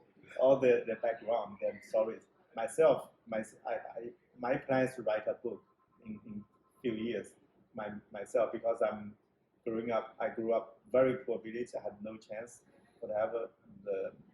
I had very low self-esteem. The feeling of inferior it's overwhelming when I go to the university. In the university time, I almost had a physical fight with all my dorm mates. Wow. Because I was super sensitive. Everything they said was a joke or something. I thought it was assault. Oh, they talk about you. Yeah. So the interaction with people, I was super tense, super tense, because my family was too poor. I had to get a loan from the bank to cover the tuition. I had to borrow money from relatives to stay in the university. Was the university far from your village? No, way far, thousands of kilometers. So you take a bus every day? No. So basically every year only one time go. On the Chinese New Year I go back to the village. Only one time in the year. In the summer, the break, I'm gonna do the tutoring to make some money. Man, that's amazing. Congratulations. That's why I like my own stories, to be honest. You know, I've seen different lifestyle. The poor village people, most people in the village, they were not educated at all, illiterate, most of them. So can I ask how it is right now in that village? It's still the same, but really? It has more material, more like because the industrial material just reached them more. So people, like all my buddies, they being like in that time, like if you are 16 years old, you finish your junior high school. We have 5 years for the primary, and the junior high school 3, senior 3 years. So normally after 8 years of education, you end up in a factory. So either you're gonna find senior people from your relative in the village. So they being Nanjing or Shanghai in a factory, they just bring you there. When you are 15, 16, 17 years old, you have to contribute to the family. So with that age, you have to. But after 18, 19 years, come back to the village. You have to get married. So you have to see what is that called, arranged marriage, right? Oh, so really? The parents, they're gonna, But that didn't happen to you. No.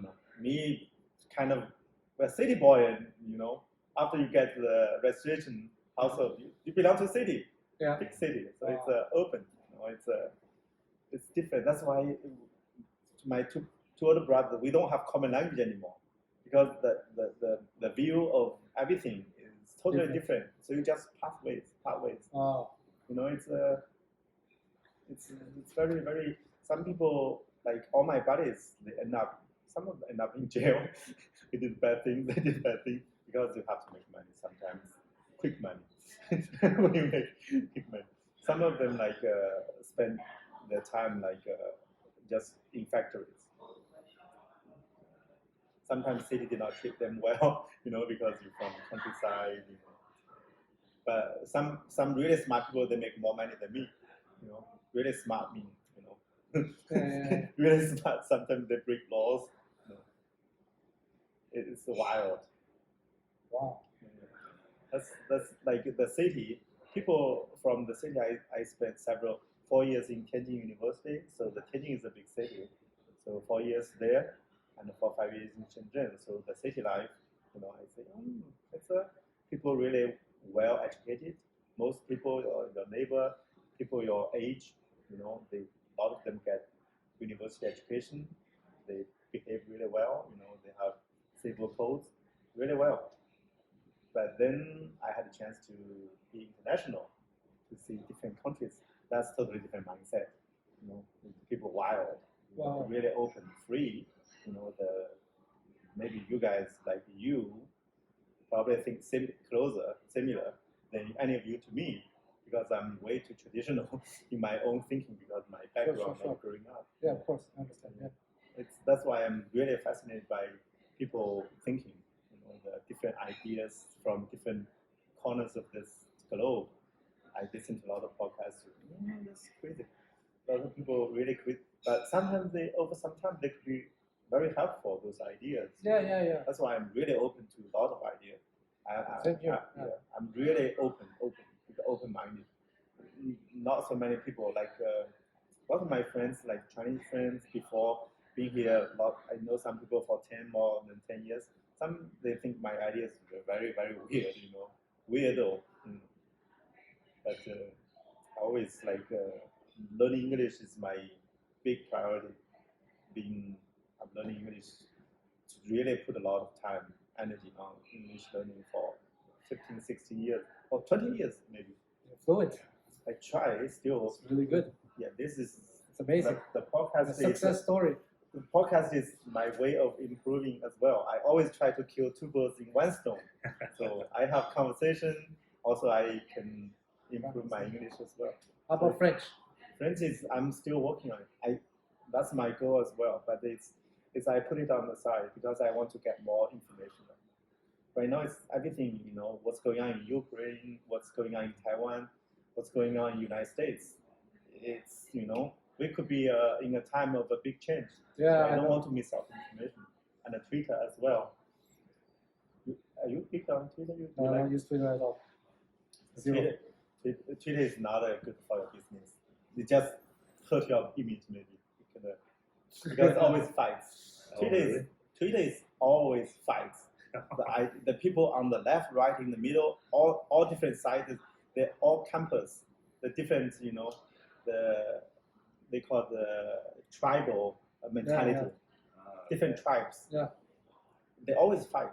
They argue everything. So if you want to run a business, stay out of it. Yeah. But if you want to get well educated on information on how's going on in the world, and that's a good place to know other people's thinking. Yeah. It's very important. It's like a public square. Yeah, I follow those things too. I follow a lot of those. But for the musicians, for artists, the Instagram is the best. I use Instagram. Yeah, Instagram. I started using before the pandemic, and before I didn't use. My friend, younger than me, millennial. I think I'm a millennial too, actually. But anyway, he told me that I should do Twitter and all that stuff with YouTube. So I said, okay, why not? That's actually how I started. YouTube is bigger for as well. YouTube and Instagram is pretty good for the business. Yeah, I started that 3 years ago. Do you do TikTok? No, I told her I have to do it, but there's so much. There's just so many. Why can't we just do one thing? Come on. I'm more dedicated. I'm on a YouTube. I'm a YouTube guy. I watch a lot of YouTube and Spotify for the audio. I listen to a lot of podcasts on Spotify every day. I cut vegetables, do the kitchen work. I always have my earphones on, and then always try to improve to get more information. Yes, okay, good for you. It's Spotify, YouTube is my big thing.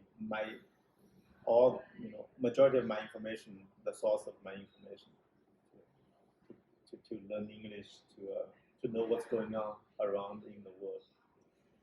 I like talking to people too, regular people. I love that, just to see their. That's why this podcast, it's my break from hard working. it's my break.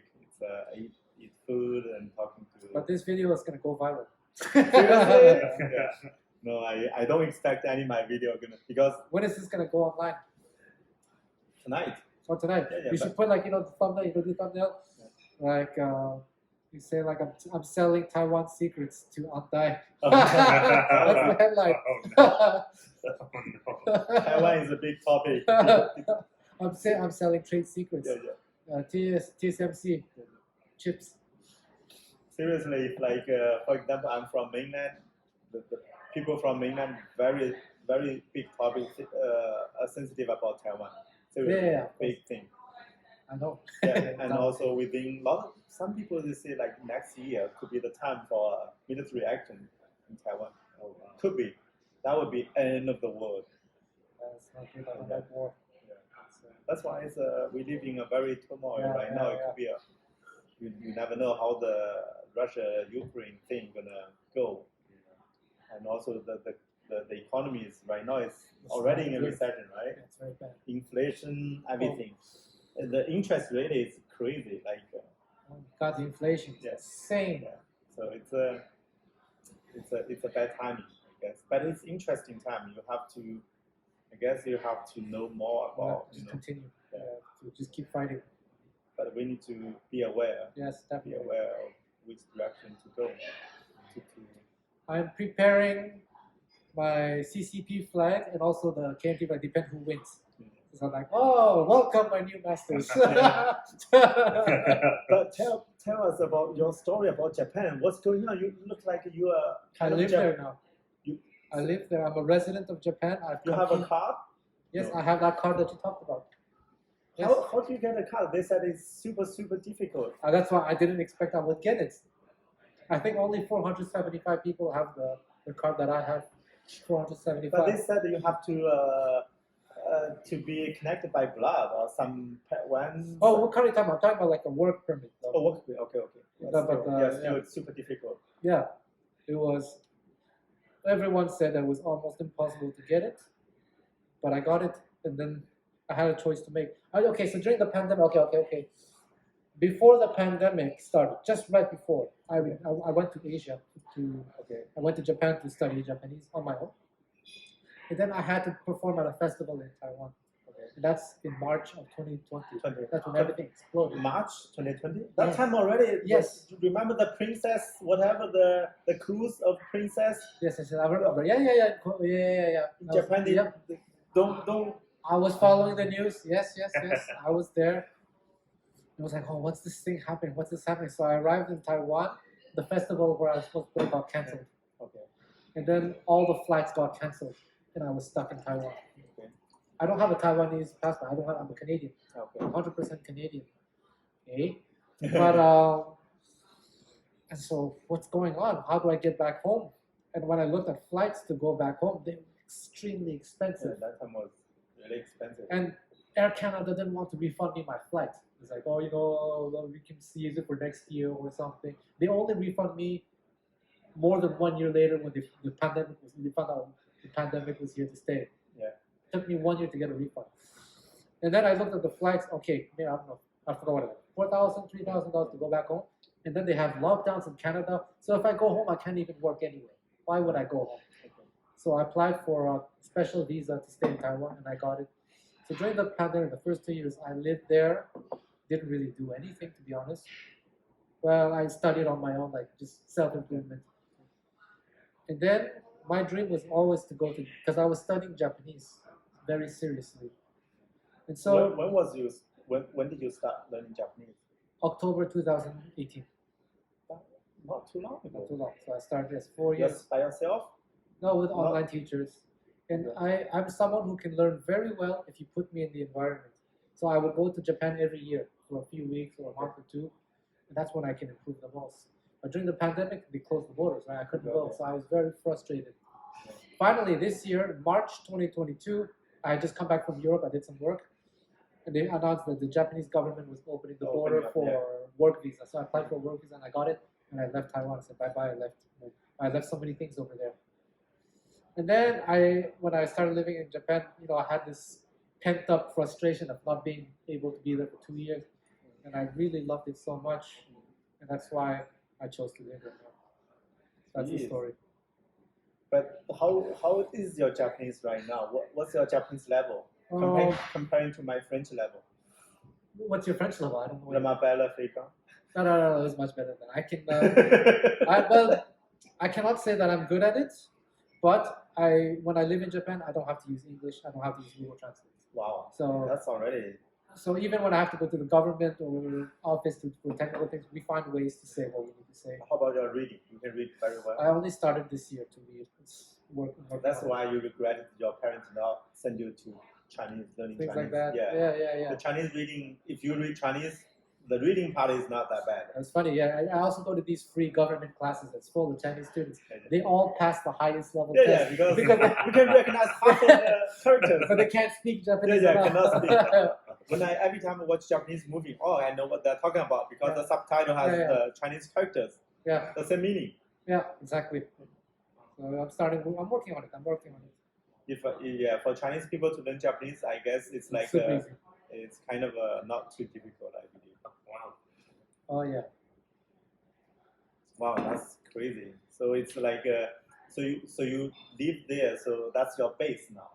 It's as of August 17, 2022 is my base. Yes.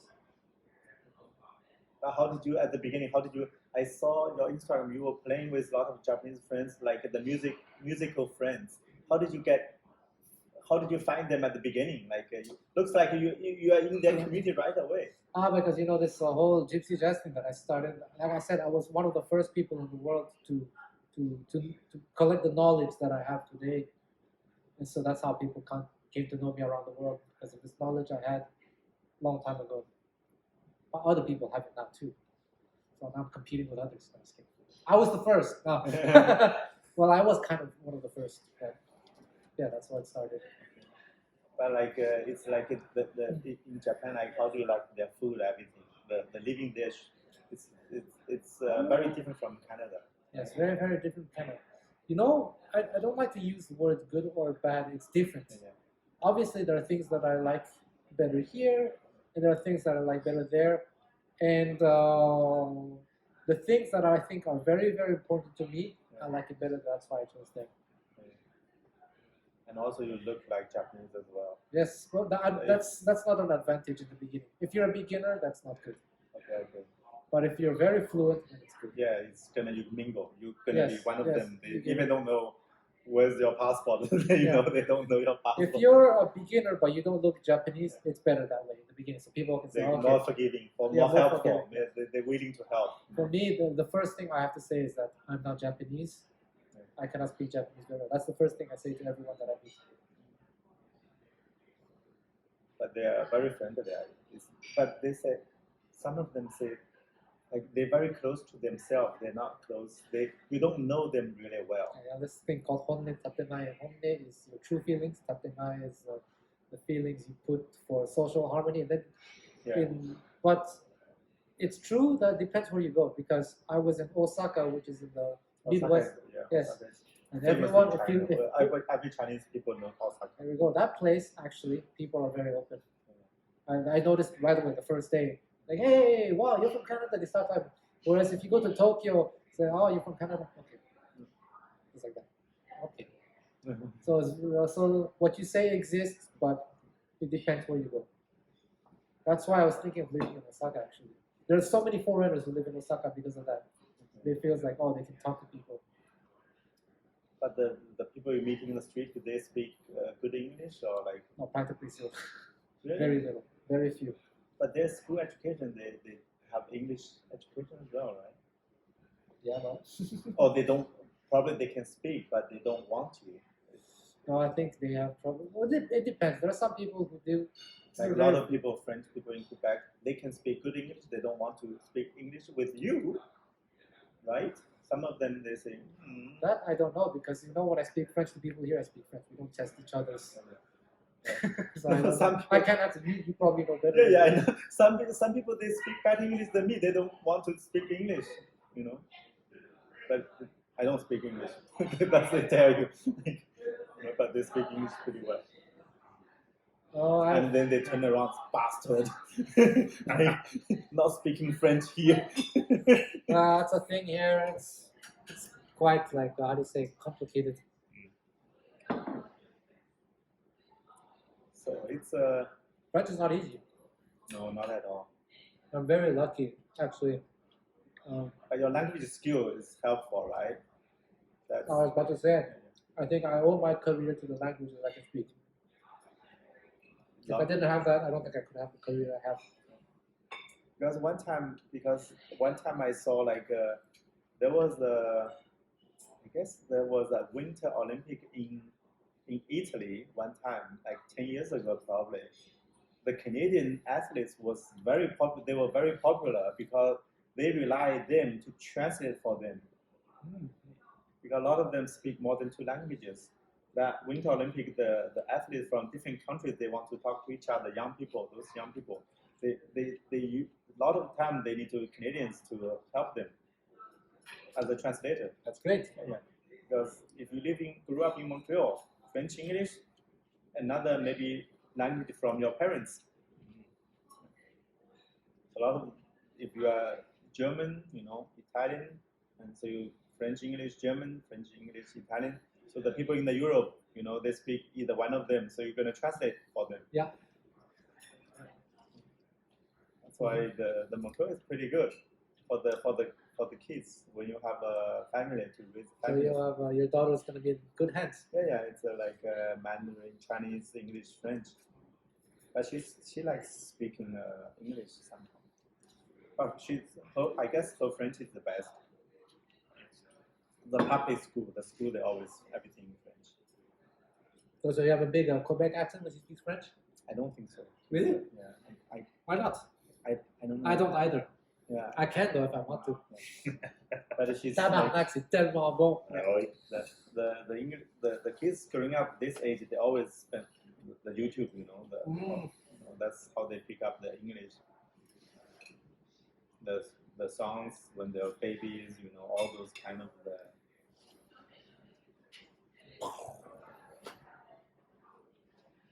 But like when you're moving around, you are still single, I believe. You're not married or kids. If you have family, I don't have a family. I don't have kids. Yeah. If you have, that's why. That would not be possible. Yeah. Exactly. That was a choice I kind of had to make, but we'll see. We'll see what the future is like. But at least you're free to move everywhere. Yeah, that's one of the advantages. Like I said, life, you weigh the advantages and disadvantages.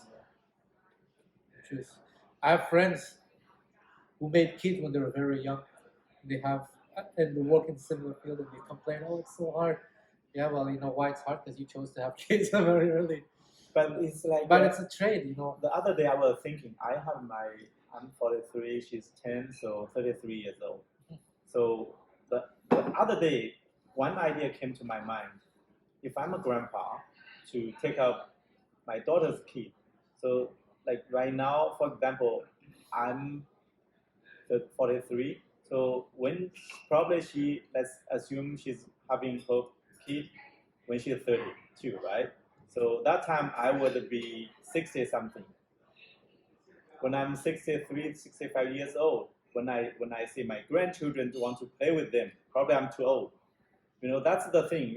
One day I just came. If some people even having kids later, 40 years old, when their kids get there, when their grandkids you will be in your 70s or almost close to 80 years old. You just cannot run with them anymore. It's different, yeah. It's crazy. One day I was thinking about this. Well, I have friends, they become grandparents when they're 28 or 35. Grandfather. Very young. Whoa, no way. Jimmy Rosenberg. Oh, yeah. But the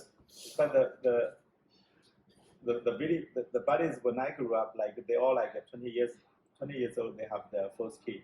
So now their kids already like 23, 24 years old. A lot of my buddies, the son is 23 already. 23 years old. So one of my best buddies 2 or 3 years ago contacted me, was asking, is Canada a good place for university for his son? He was asking me, what? Already 20 years old? Yeah. That was before the pandemic.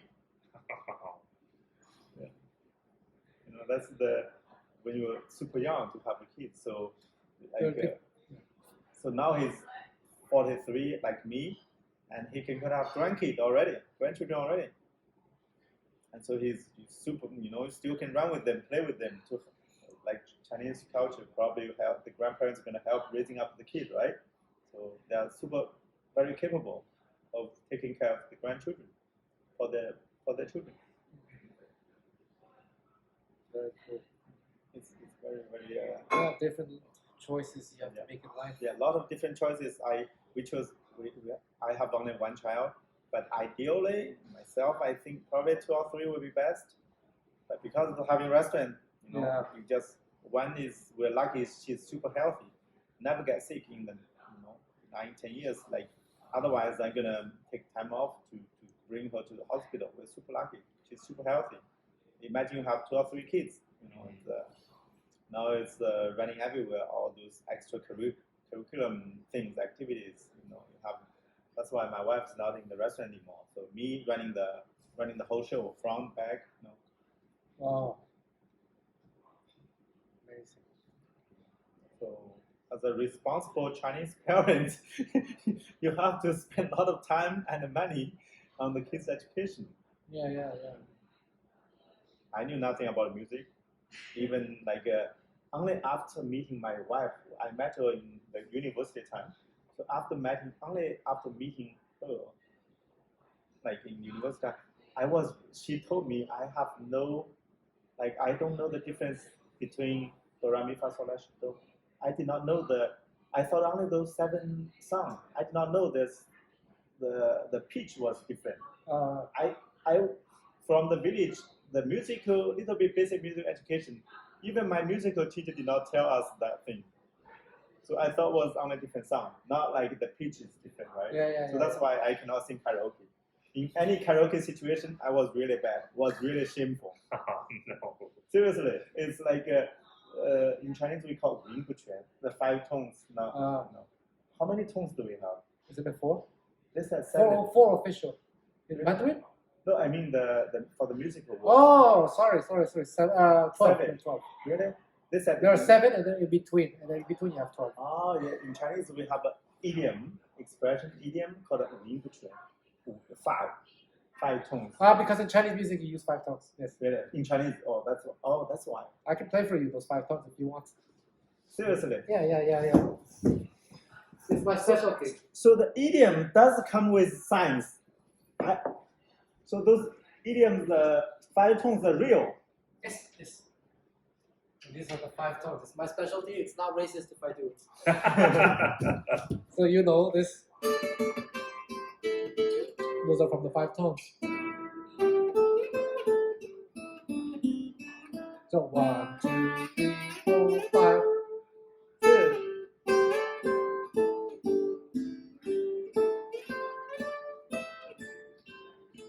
I still don't. I don't tell the difference. 1, 2, 3, 4, 5. So that's Chinese 5 tones. Yeah, so with these 5 tones, you can play a lot of Chinese sounding melodies like. Wow. That's typically Chinese. That's what I heard on the TV all the time. So those are the 5 tones. How about the 7 tones in the Western world? So okay, I'm gonna play. They are contained. The 5 tones in Chinese music are contained within the 7. So it's basically the 7 minus 2. So I'll play the Chinese one more time. Yeah. So this is also in the Western one. This one too. Then we're gonna skip the Western, the 4th one. Chinese is gonna go straight to this next one here. But normally in between, do, re, mi, fa, sol, la, and then the Chinese skips this one. So that's it. So why did we miss 2? I don't know. That's a good question. I think that's a good question. I don't know. That means our science not that good. No. But that's where you get this sound. Oh, it's cool. It's a very cool sound. So, but Chinese people do also use the Western music tones. Yeah. But for the typical, you recognize, right? When I played, I just made it up. I just invented. Yeah. But those 2 missing. But sometimes they play that 2 as well. They just don't name them, right? They play that 2 as well. Yeah. You can, but you actually have 12 of them. If you don't have any system at all, there are actually 12 of them. 3, 4, 5, 6, 7, 8, 9, 10, 11, 12. That's great. There's a science behind this. It's not rumor, yes. not misinformation. There's math. It's math. There's math. So within those 12 tones, most Western music choose 7 specific ones. Okay. It's all math, and the Chinese chooses 5 as well. 5. And Japanese, like it's also 5, but they're choosing different collections of pitch. How about Indians? The Indians' Bollywood is so amazing. But to be honest, I'm not very familiar with Indian, but there's like, let's see, hold on a minute.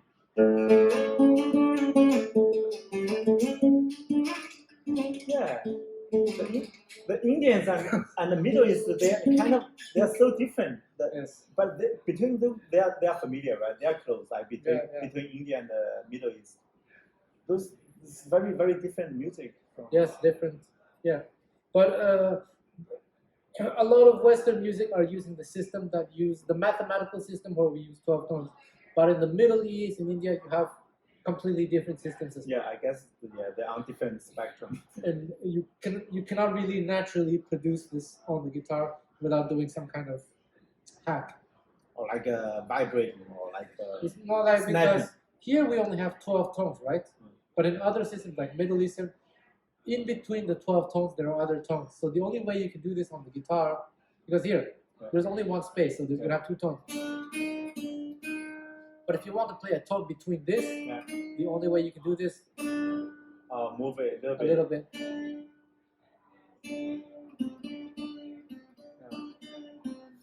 Yeah. But how about would they play all the 7? They can play 5. They can play anything they want because here you have these blocks. Yeah. So you're trapped. So it's wide open. It's completely, you can do anything wide you want. Open. Like a violin too. Violin, you can do anything you want. Yeah, that's why the oboe is magical. It's like the go, the chess go, right? The go is crazy. It's like wide open. Yeah, I love the oboe. Yeah, and the oboe is. I guess you can if you play this, and then oboe, I guess should be enough. I don't know. One day maybe, when I'm old and I'm retired, I have a collection of instruments. Try. Yeah, if I play that, I just go to Chinatown, sit there, and then put a hat there to collect money. Yeah, if I was rich and I didn't have to work as much, then yes, I would play different instruments and just trying them. I would love that. But have you tried to play in some public space for fun? Yeah, I've done that before. In Montreal? Yeah. Like 2 or 3 years ago, Yo-Yo Ma was playing in the metro, right? Oh, was it? I didn't know that. Yeah, he was, I guess, 3 years ago. I remember, yeah. It was in the Glass Dark. Yes, I remember. Yeah. I gave him a penny. I was kidding. Buy yourself a metronome. But Yo-Yo Ma was like it's the top, right? Yes. Famous. The cello. But do you guys play those kind of cellos? Those things like guitar and the violin and the cello, they look alike, right? Well, they're string instruments, yeah. But the construction is different, the playing style is different too. I play a little bit of violin too, not very well. I should practice more, but it's very different instruments. That's amazing. Do you have what is your next plan? Like, what's the next move? Like next week, I fly back to Tokyo. Oh, seriously? Yeah. You just arrived in Montreal like a month ago, right? Or yeah, well, we had to go to USA for work, and we worked again. We're just working this is a work trip. This whole month, I didn't get to really see so many friends. So this is my last week. I do plan to see a few friends. Okay. But you were not there for a tour, right? You were in the United States, like you were. We were doing recording projects. Okay. Recording for my business. That's amazing. You must be really happy with, like, you have really colorful career or some life work balance. Well, I'm good. Thank you. It's hard to say, like before the pandemic, like I said, things were so stable. But now things are unstable, but it's an adventure. So it's not 100% bad. There's some for your business, for your field, I think it's definitely getting better. But for the restaurant business, I don't know. It's not certain yet. Yeah, well, even for my business, I don't think it's certain yet either. Because this, like I said, the whole system has changed. Before I had a system, I don't have that system anymore. So we'll see what happens. It should be good. You have a lot of influence already. You were in the good for the Gypsy guitar. You were already very, very good there. It's called established, right? Maybe established already. Established? Yeah. Well, as like my name is known, but what depends what you mean by established. Does it mean like financial security? I don't think I have that. No, I mean like in your field, like they recognize your importance, your achievements. But that to me doesn't really mean anything because what matters more to me is that I can survive and I can continue to do what I want to do. That for me is what I consider success. Yeah. I'm still working on it. And what is like? What do you think of like the kind of more like about the life, the meaning of life, like what kind of life you want to choose or something? Yeah, I'm still working on that. I don't know. We'll see. Just taking one step at a time. Like you want to be more recognized as your music achievement or like a more successful business, Sometimes the best way is both of them together, but sometimes you get more recognized by the talents, like or your music career more recognized. But sometimes you have more financial success, financial success on the business side. Sometimes you can choose only one. To be honest, I don't really care too much to be recognized that way, one way or another. The main thing for me is that I can just have the liberty to do what I want to do, and if I can do that, then I'm very happy. Okay, that's a little bit more like a financial situation. Yeah, I guess it is. I was thinking about that too, to be honest. Yeah. I want, if I have, more successful restaurant business, I probably would say, okay, I have to 1 week off for myself. But like, it's so far it's like 7 days a week every day in the restaurant. For me, it's okay. But I don't know how long I can keep doing this, But here's the thing: if let's say money was not a problem for me, I would still be working, but I would be doing it the way I want to do it, and it would be so much easier. So, yeah. Could be like kind of expand to other music instruments. I would be doing a lot of things. I have a lot of ideas that I would love to do, but I don't. You do things within your means. Yeah. I understand that completely. Yeah. So I wash all the dishes by myself. Yeah. You see, there are a lot of things I still. I think I'm a person who comes up with ideas. I come up with a lot of ideas all the time, but you have to choose which one you want to pursue. Yeah, exactly. Everything takes time and resources, right? And if I had a lot of money, and I would still try ideas, whether they fail or not, it didn't work. It doesn't matter. That would be for me. That would be so great. That's like Elon Musk. Yeah, I guess so. I just tried $44 billion to buy this Twitter thing to see like it will work out or not. Worst case is not working out, but it's only part of my wealth. Yeah. Well, it's different because I'm doing music. I'm like studying music to see what's worth studying, what's not worth studying, and what's that kind of thing. Just experimentation like that. When I think something doesn't work or it works, it doesn't necessarily mean about money or anything. But since when, like probably very young, since when you realized you had a good ears? In this field, you must have great ears, right? That ears, like you pick up some frequency. I have pretty decent ears, yeah. You have to have. Me, my ears, like I don't know what's going on with my ears. I literally like cannot tell the difference. Well, one thing is because for a lot of things I wanted to do, there were no teachers, so I had to learn by ear by myself. So my ears were not good in the beginning, actually. But because there was no one to help me, I had to do it on my own, make mistakes. You make mistakes, but you get better, And that started very... But for me, I don't know I'm making mistakes. But still, you have good Sometimes ears. they'll tell me... No, but sometimes I got help. I would ask people, hey, is this right? No, this is wrong. It should be like this. But it's very subjective in this. Very subjective. This kind of art is very subjective. It is. How do you know sometimes even the people giving you the opinions or the advice, how do you know they are close to the real thing?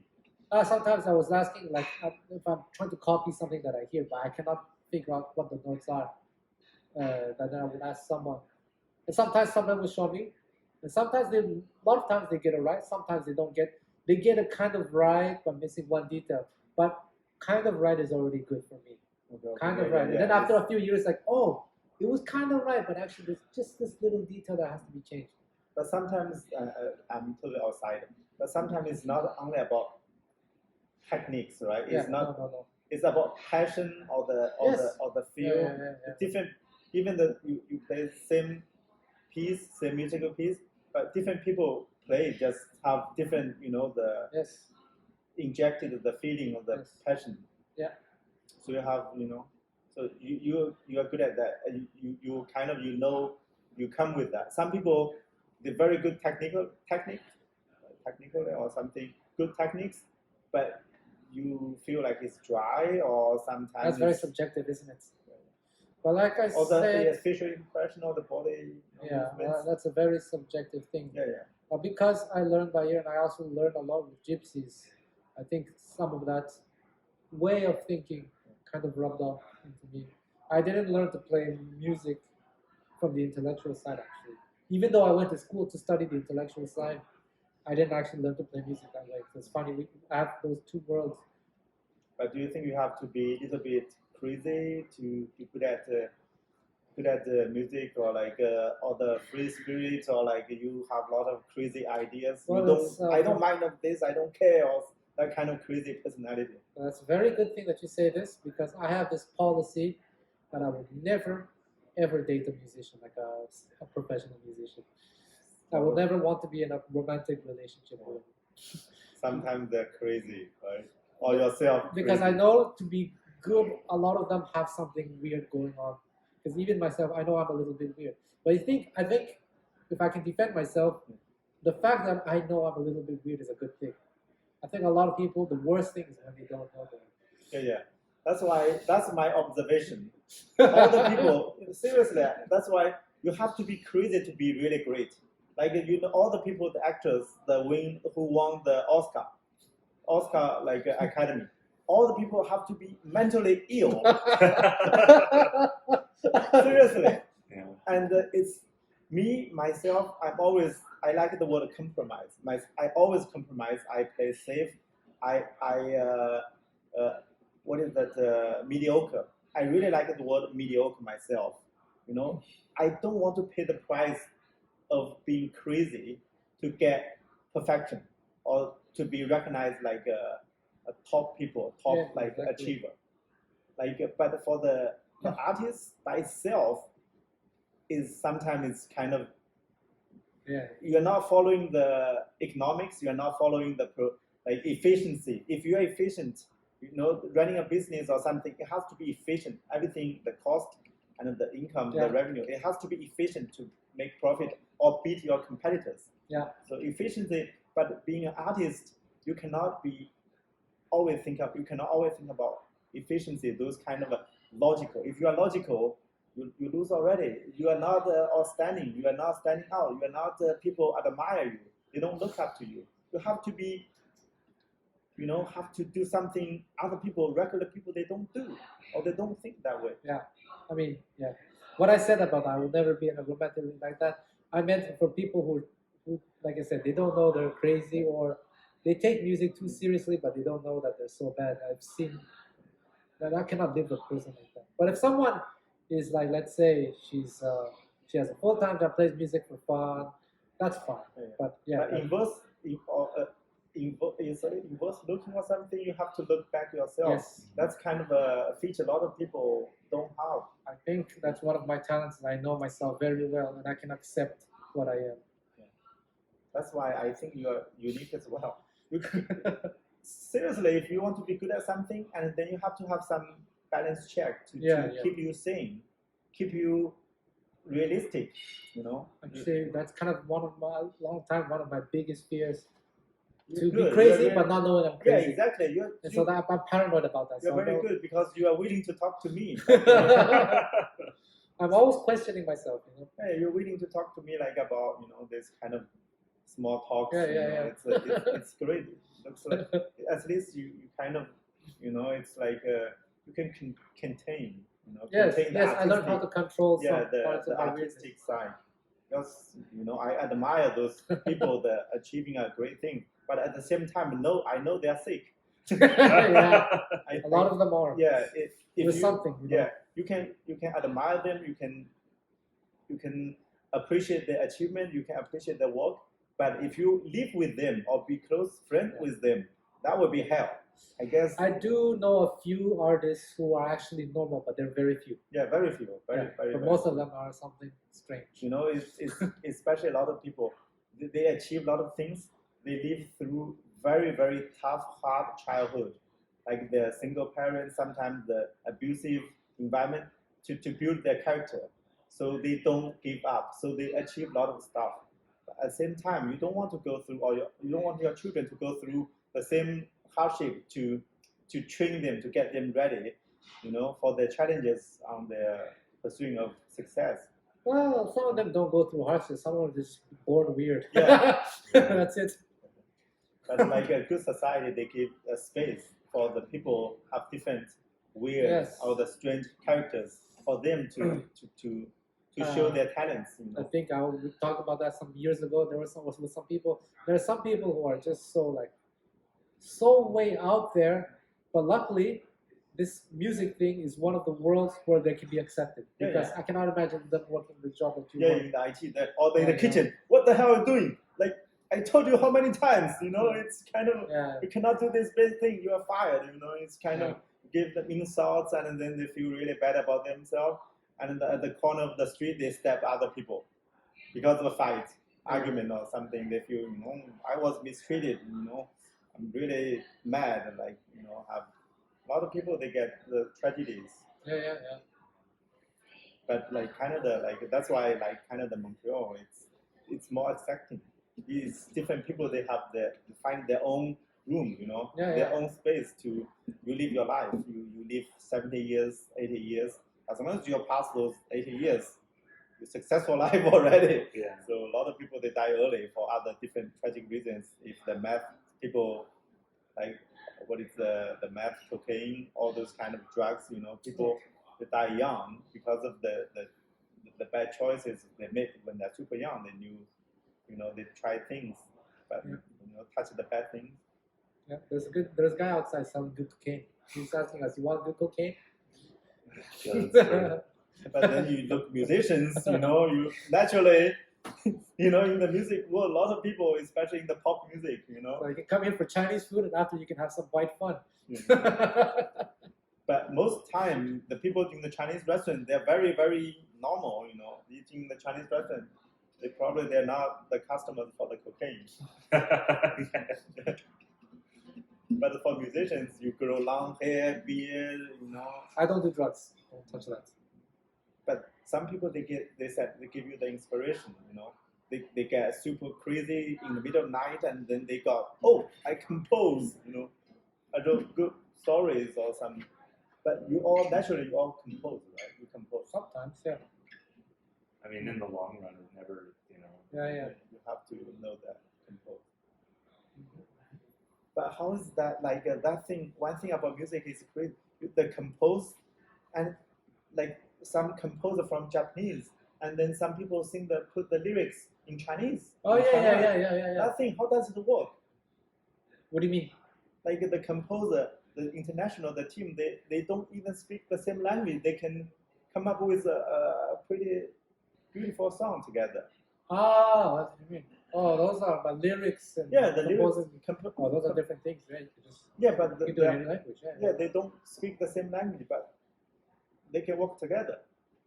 Maybe there's someone translating for them. Seriously, because a lot of Chinese movies or the movie in Taiwan they produce, I see the composer some from Japanese. They're from Japan. A lot of pop music, like K-pop, American pop, is composed in Sweden. That's why. There's Sweden is one of the capitals for writing pop music, so they write music for Korea, for K-pop. They write the instrumental parts. For me, I listen to Chinese songs. At least I have to like the lyrics because the meaning, but for the meaning to be popular, to be attractive, you have to know the language. Know the Chinese. So you like the lyrics, huh? You would like English. Yeah, I'm the lyrics guy. That's why I don't like I like what is the country music, the American, country road take me home, John Denver, right? Yeah. That's the lyrics that attract me. Country road take me home. I want to go home. I'm from countryside, so it's right away. I like the song because country road take me home. Yeah, because I don't know the music itself. I like the lyrics. I only look at reading a writing. Just this lyrics is beautiful, has meanings or whatever, and it's all kind of written perfectly. It's like a poem. I like those kind of stuff, but the tones, the music behind, sometimes like a noise for me. Yeah, it's true. People lyrics guy. Yeah. fine. So I'm not alone. So some other people, the lyrics guy as well. Yeah, it's true. There are a lot of people who are lyric people. I thought I'm very few having those kind of problems. I thought I was one of the very few people having problems with music. I like the music too. For me, I'm more of a music guy. But the lyrics are fun too. Oh, another question. Like Zack, how long been working together? Well, I moved to Montreal to study with him, and then So you knew him from the internet or from somewhere? yeah. So on this side, P-Hub. So That's from here. yeah, I came here to study with him, and basically he said I could live at his place, but I'd have to do a bit of work for his website to Oh, so you know website? No, I didn't know anything. Okay. Yeah, I taught him how to do it. He taught me how to do that. I'm still working for him today. Yeah, that's good. Hard worker. So you're from Ontario or? Yeah. From the northern Ontario. Really close to Quebec, so I know some French too. That's amazing. Very cold over there, apparently. Yeah. New Liskeard, Ontario. That's the place to be. You should open a branch over there. On dive, New Liskeard, Ontario. What is here? Chinese food. Okay, great. Yeah. I guess we can. What else you want to add or like you want to? No, I would really say congratulations on your hard work, and this food was amazing. Yeah. I need to finish it before we. You want to eat something? I ate so much, I'm gonna burst. Yeah, that was amazing. My toilet's gonna thank me tomorrow. Actually, you could be a comedian and a musician. Yeah, comedian, musician. Probably you would be the very successful there. I get cancelled right away. Oh, you mean you say something offensive or? And what do you think of this cancel culture? I'm not gonna say anything. I don't want to get cancelled. No, if you say something they like, probably you'll never be cancelled. I go by one philosophy. You can talk about anything. You can make fun of anything in the right circumstances. That's my philosophy. Yeah. But right now, you don't know what is right circumstance. Nothing is right. You cannot. The best thing to do is not say anything. I've already said too much by saying don't say anything. That's why I've already cancelled. Tomorrow it's finished. Well, the thing with the internet too is you don't know who the audience is going to be, right? It could be anyone. I can already make a whole bunch of jokes right there, but I'm not. You make me worried. You're fine. You're fine. I'm very moderate from a small village of China. Very, very small village.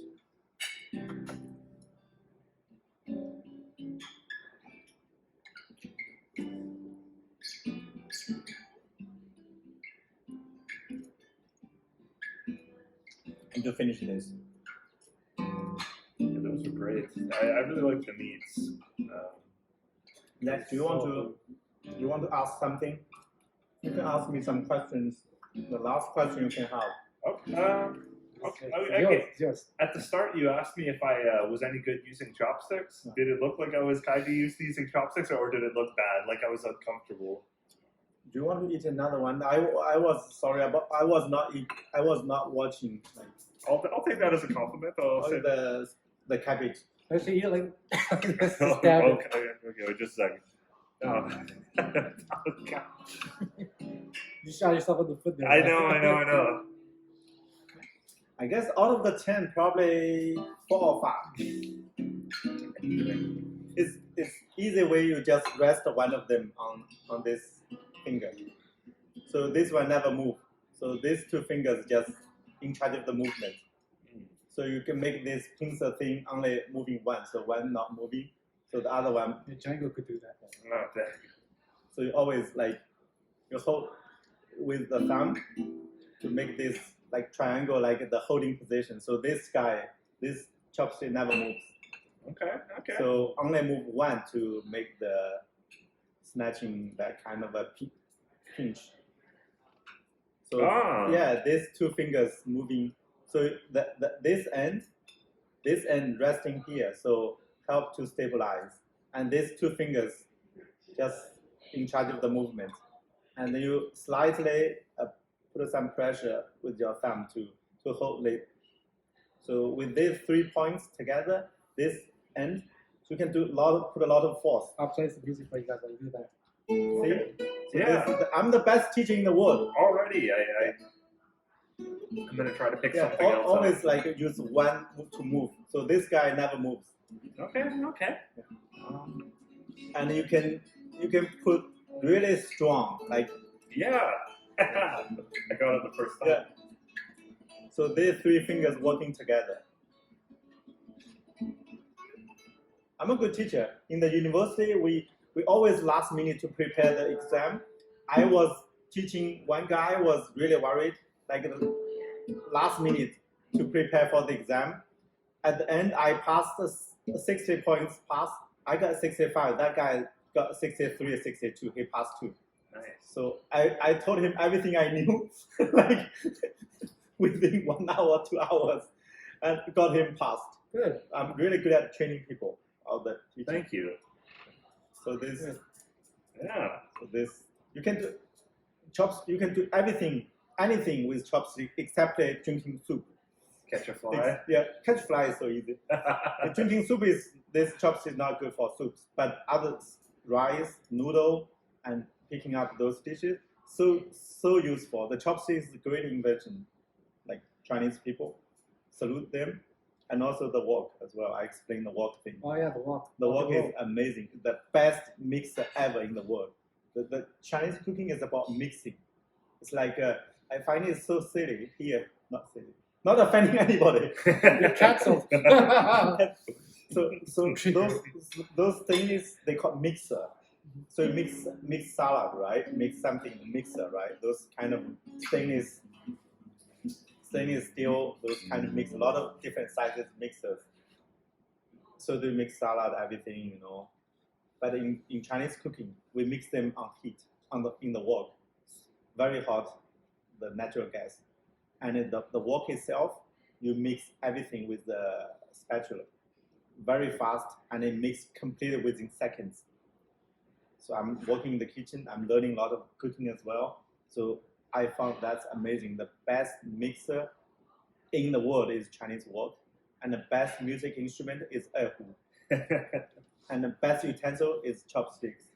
Seriously, ancient wisdom from China. Go walk, not woke. Oh yeah, I'm cancelled now. you're totally cancelled. Work is amazing. That's a nice word, really nice word. Work, awakening, wake up. Work means you are enlightened, right? Yeah. But then somehow it's like work culture is not that fancy anymore. I don't know why. People choose the nice word for some not so nice things, I guess. So you're my first student, huh? Yeah, thank you. Good. For the chopsticks. Make this video go viral, man. It's help this guy out. It's a great business. I really admire people who have like these kinds of small family business things, you know. I try to support places like this a lot. It's very important for the community. I'm I mean, confident. I'm confident that we can at least do 10, 20 years. Was that? We can continue for another 10, 20 years, I believe. Because I'm working in the kitchen. I have a good feel right now. I'm 43, 60 years old. For me, it's not a big deal. So I'm very physical in the work, doing a lot of hard work when I was a child living a farm. So I really like what I'm doing right now. So I guess in 20 years, if you come back, visit Montreal from Japan. Come back every year. Okay, I thought it was 20 years. No, every year I'll be back. Yeah. I'll be back next summer. Yeah, we will be here. I'll come in June. I'll bring my mother. Oh, like how old is she? She must speak Mandarin, right? She'll turn 80 soon. So if you bring her, like I can talk to her in Mandarin. Yes. Okay, great. Thank you very much. You can play something to finish the video. Sure. You want to play something? Okay. Sure, yeah. Grab that old guitar. amazing. So live music, real live music for me. I need to wash my ears. You know, in Chinese, we have the idiom called 谢恭听. 不知道。 Yeah, wash ears to listen.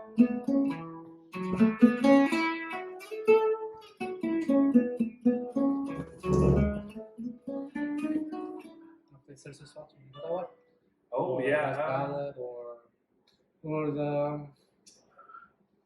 Don't Small Vision. Sure. Yeah. I'll do a little intro. A little special Chinese intro. Yeah, I will cut the video right at when you finish.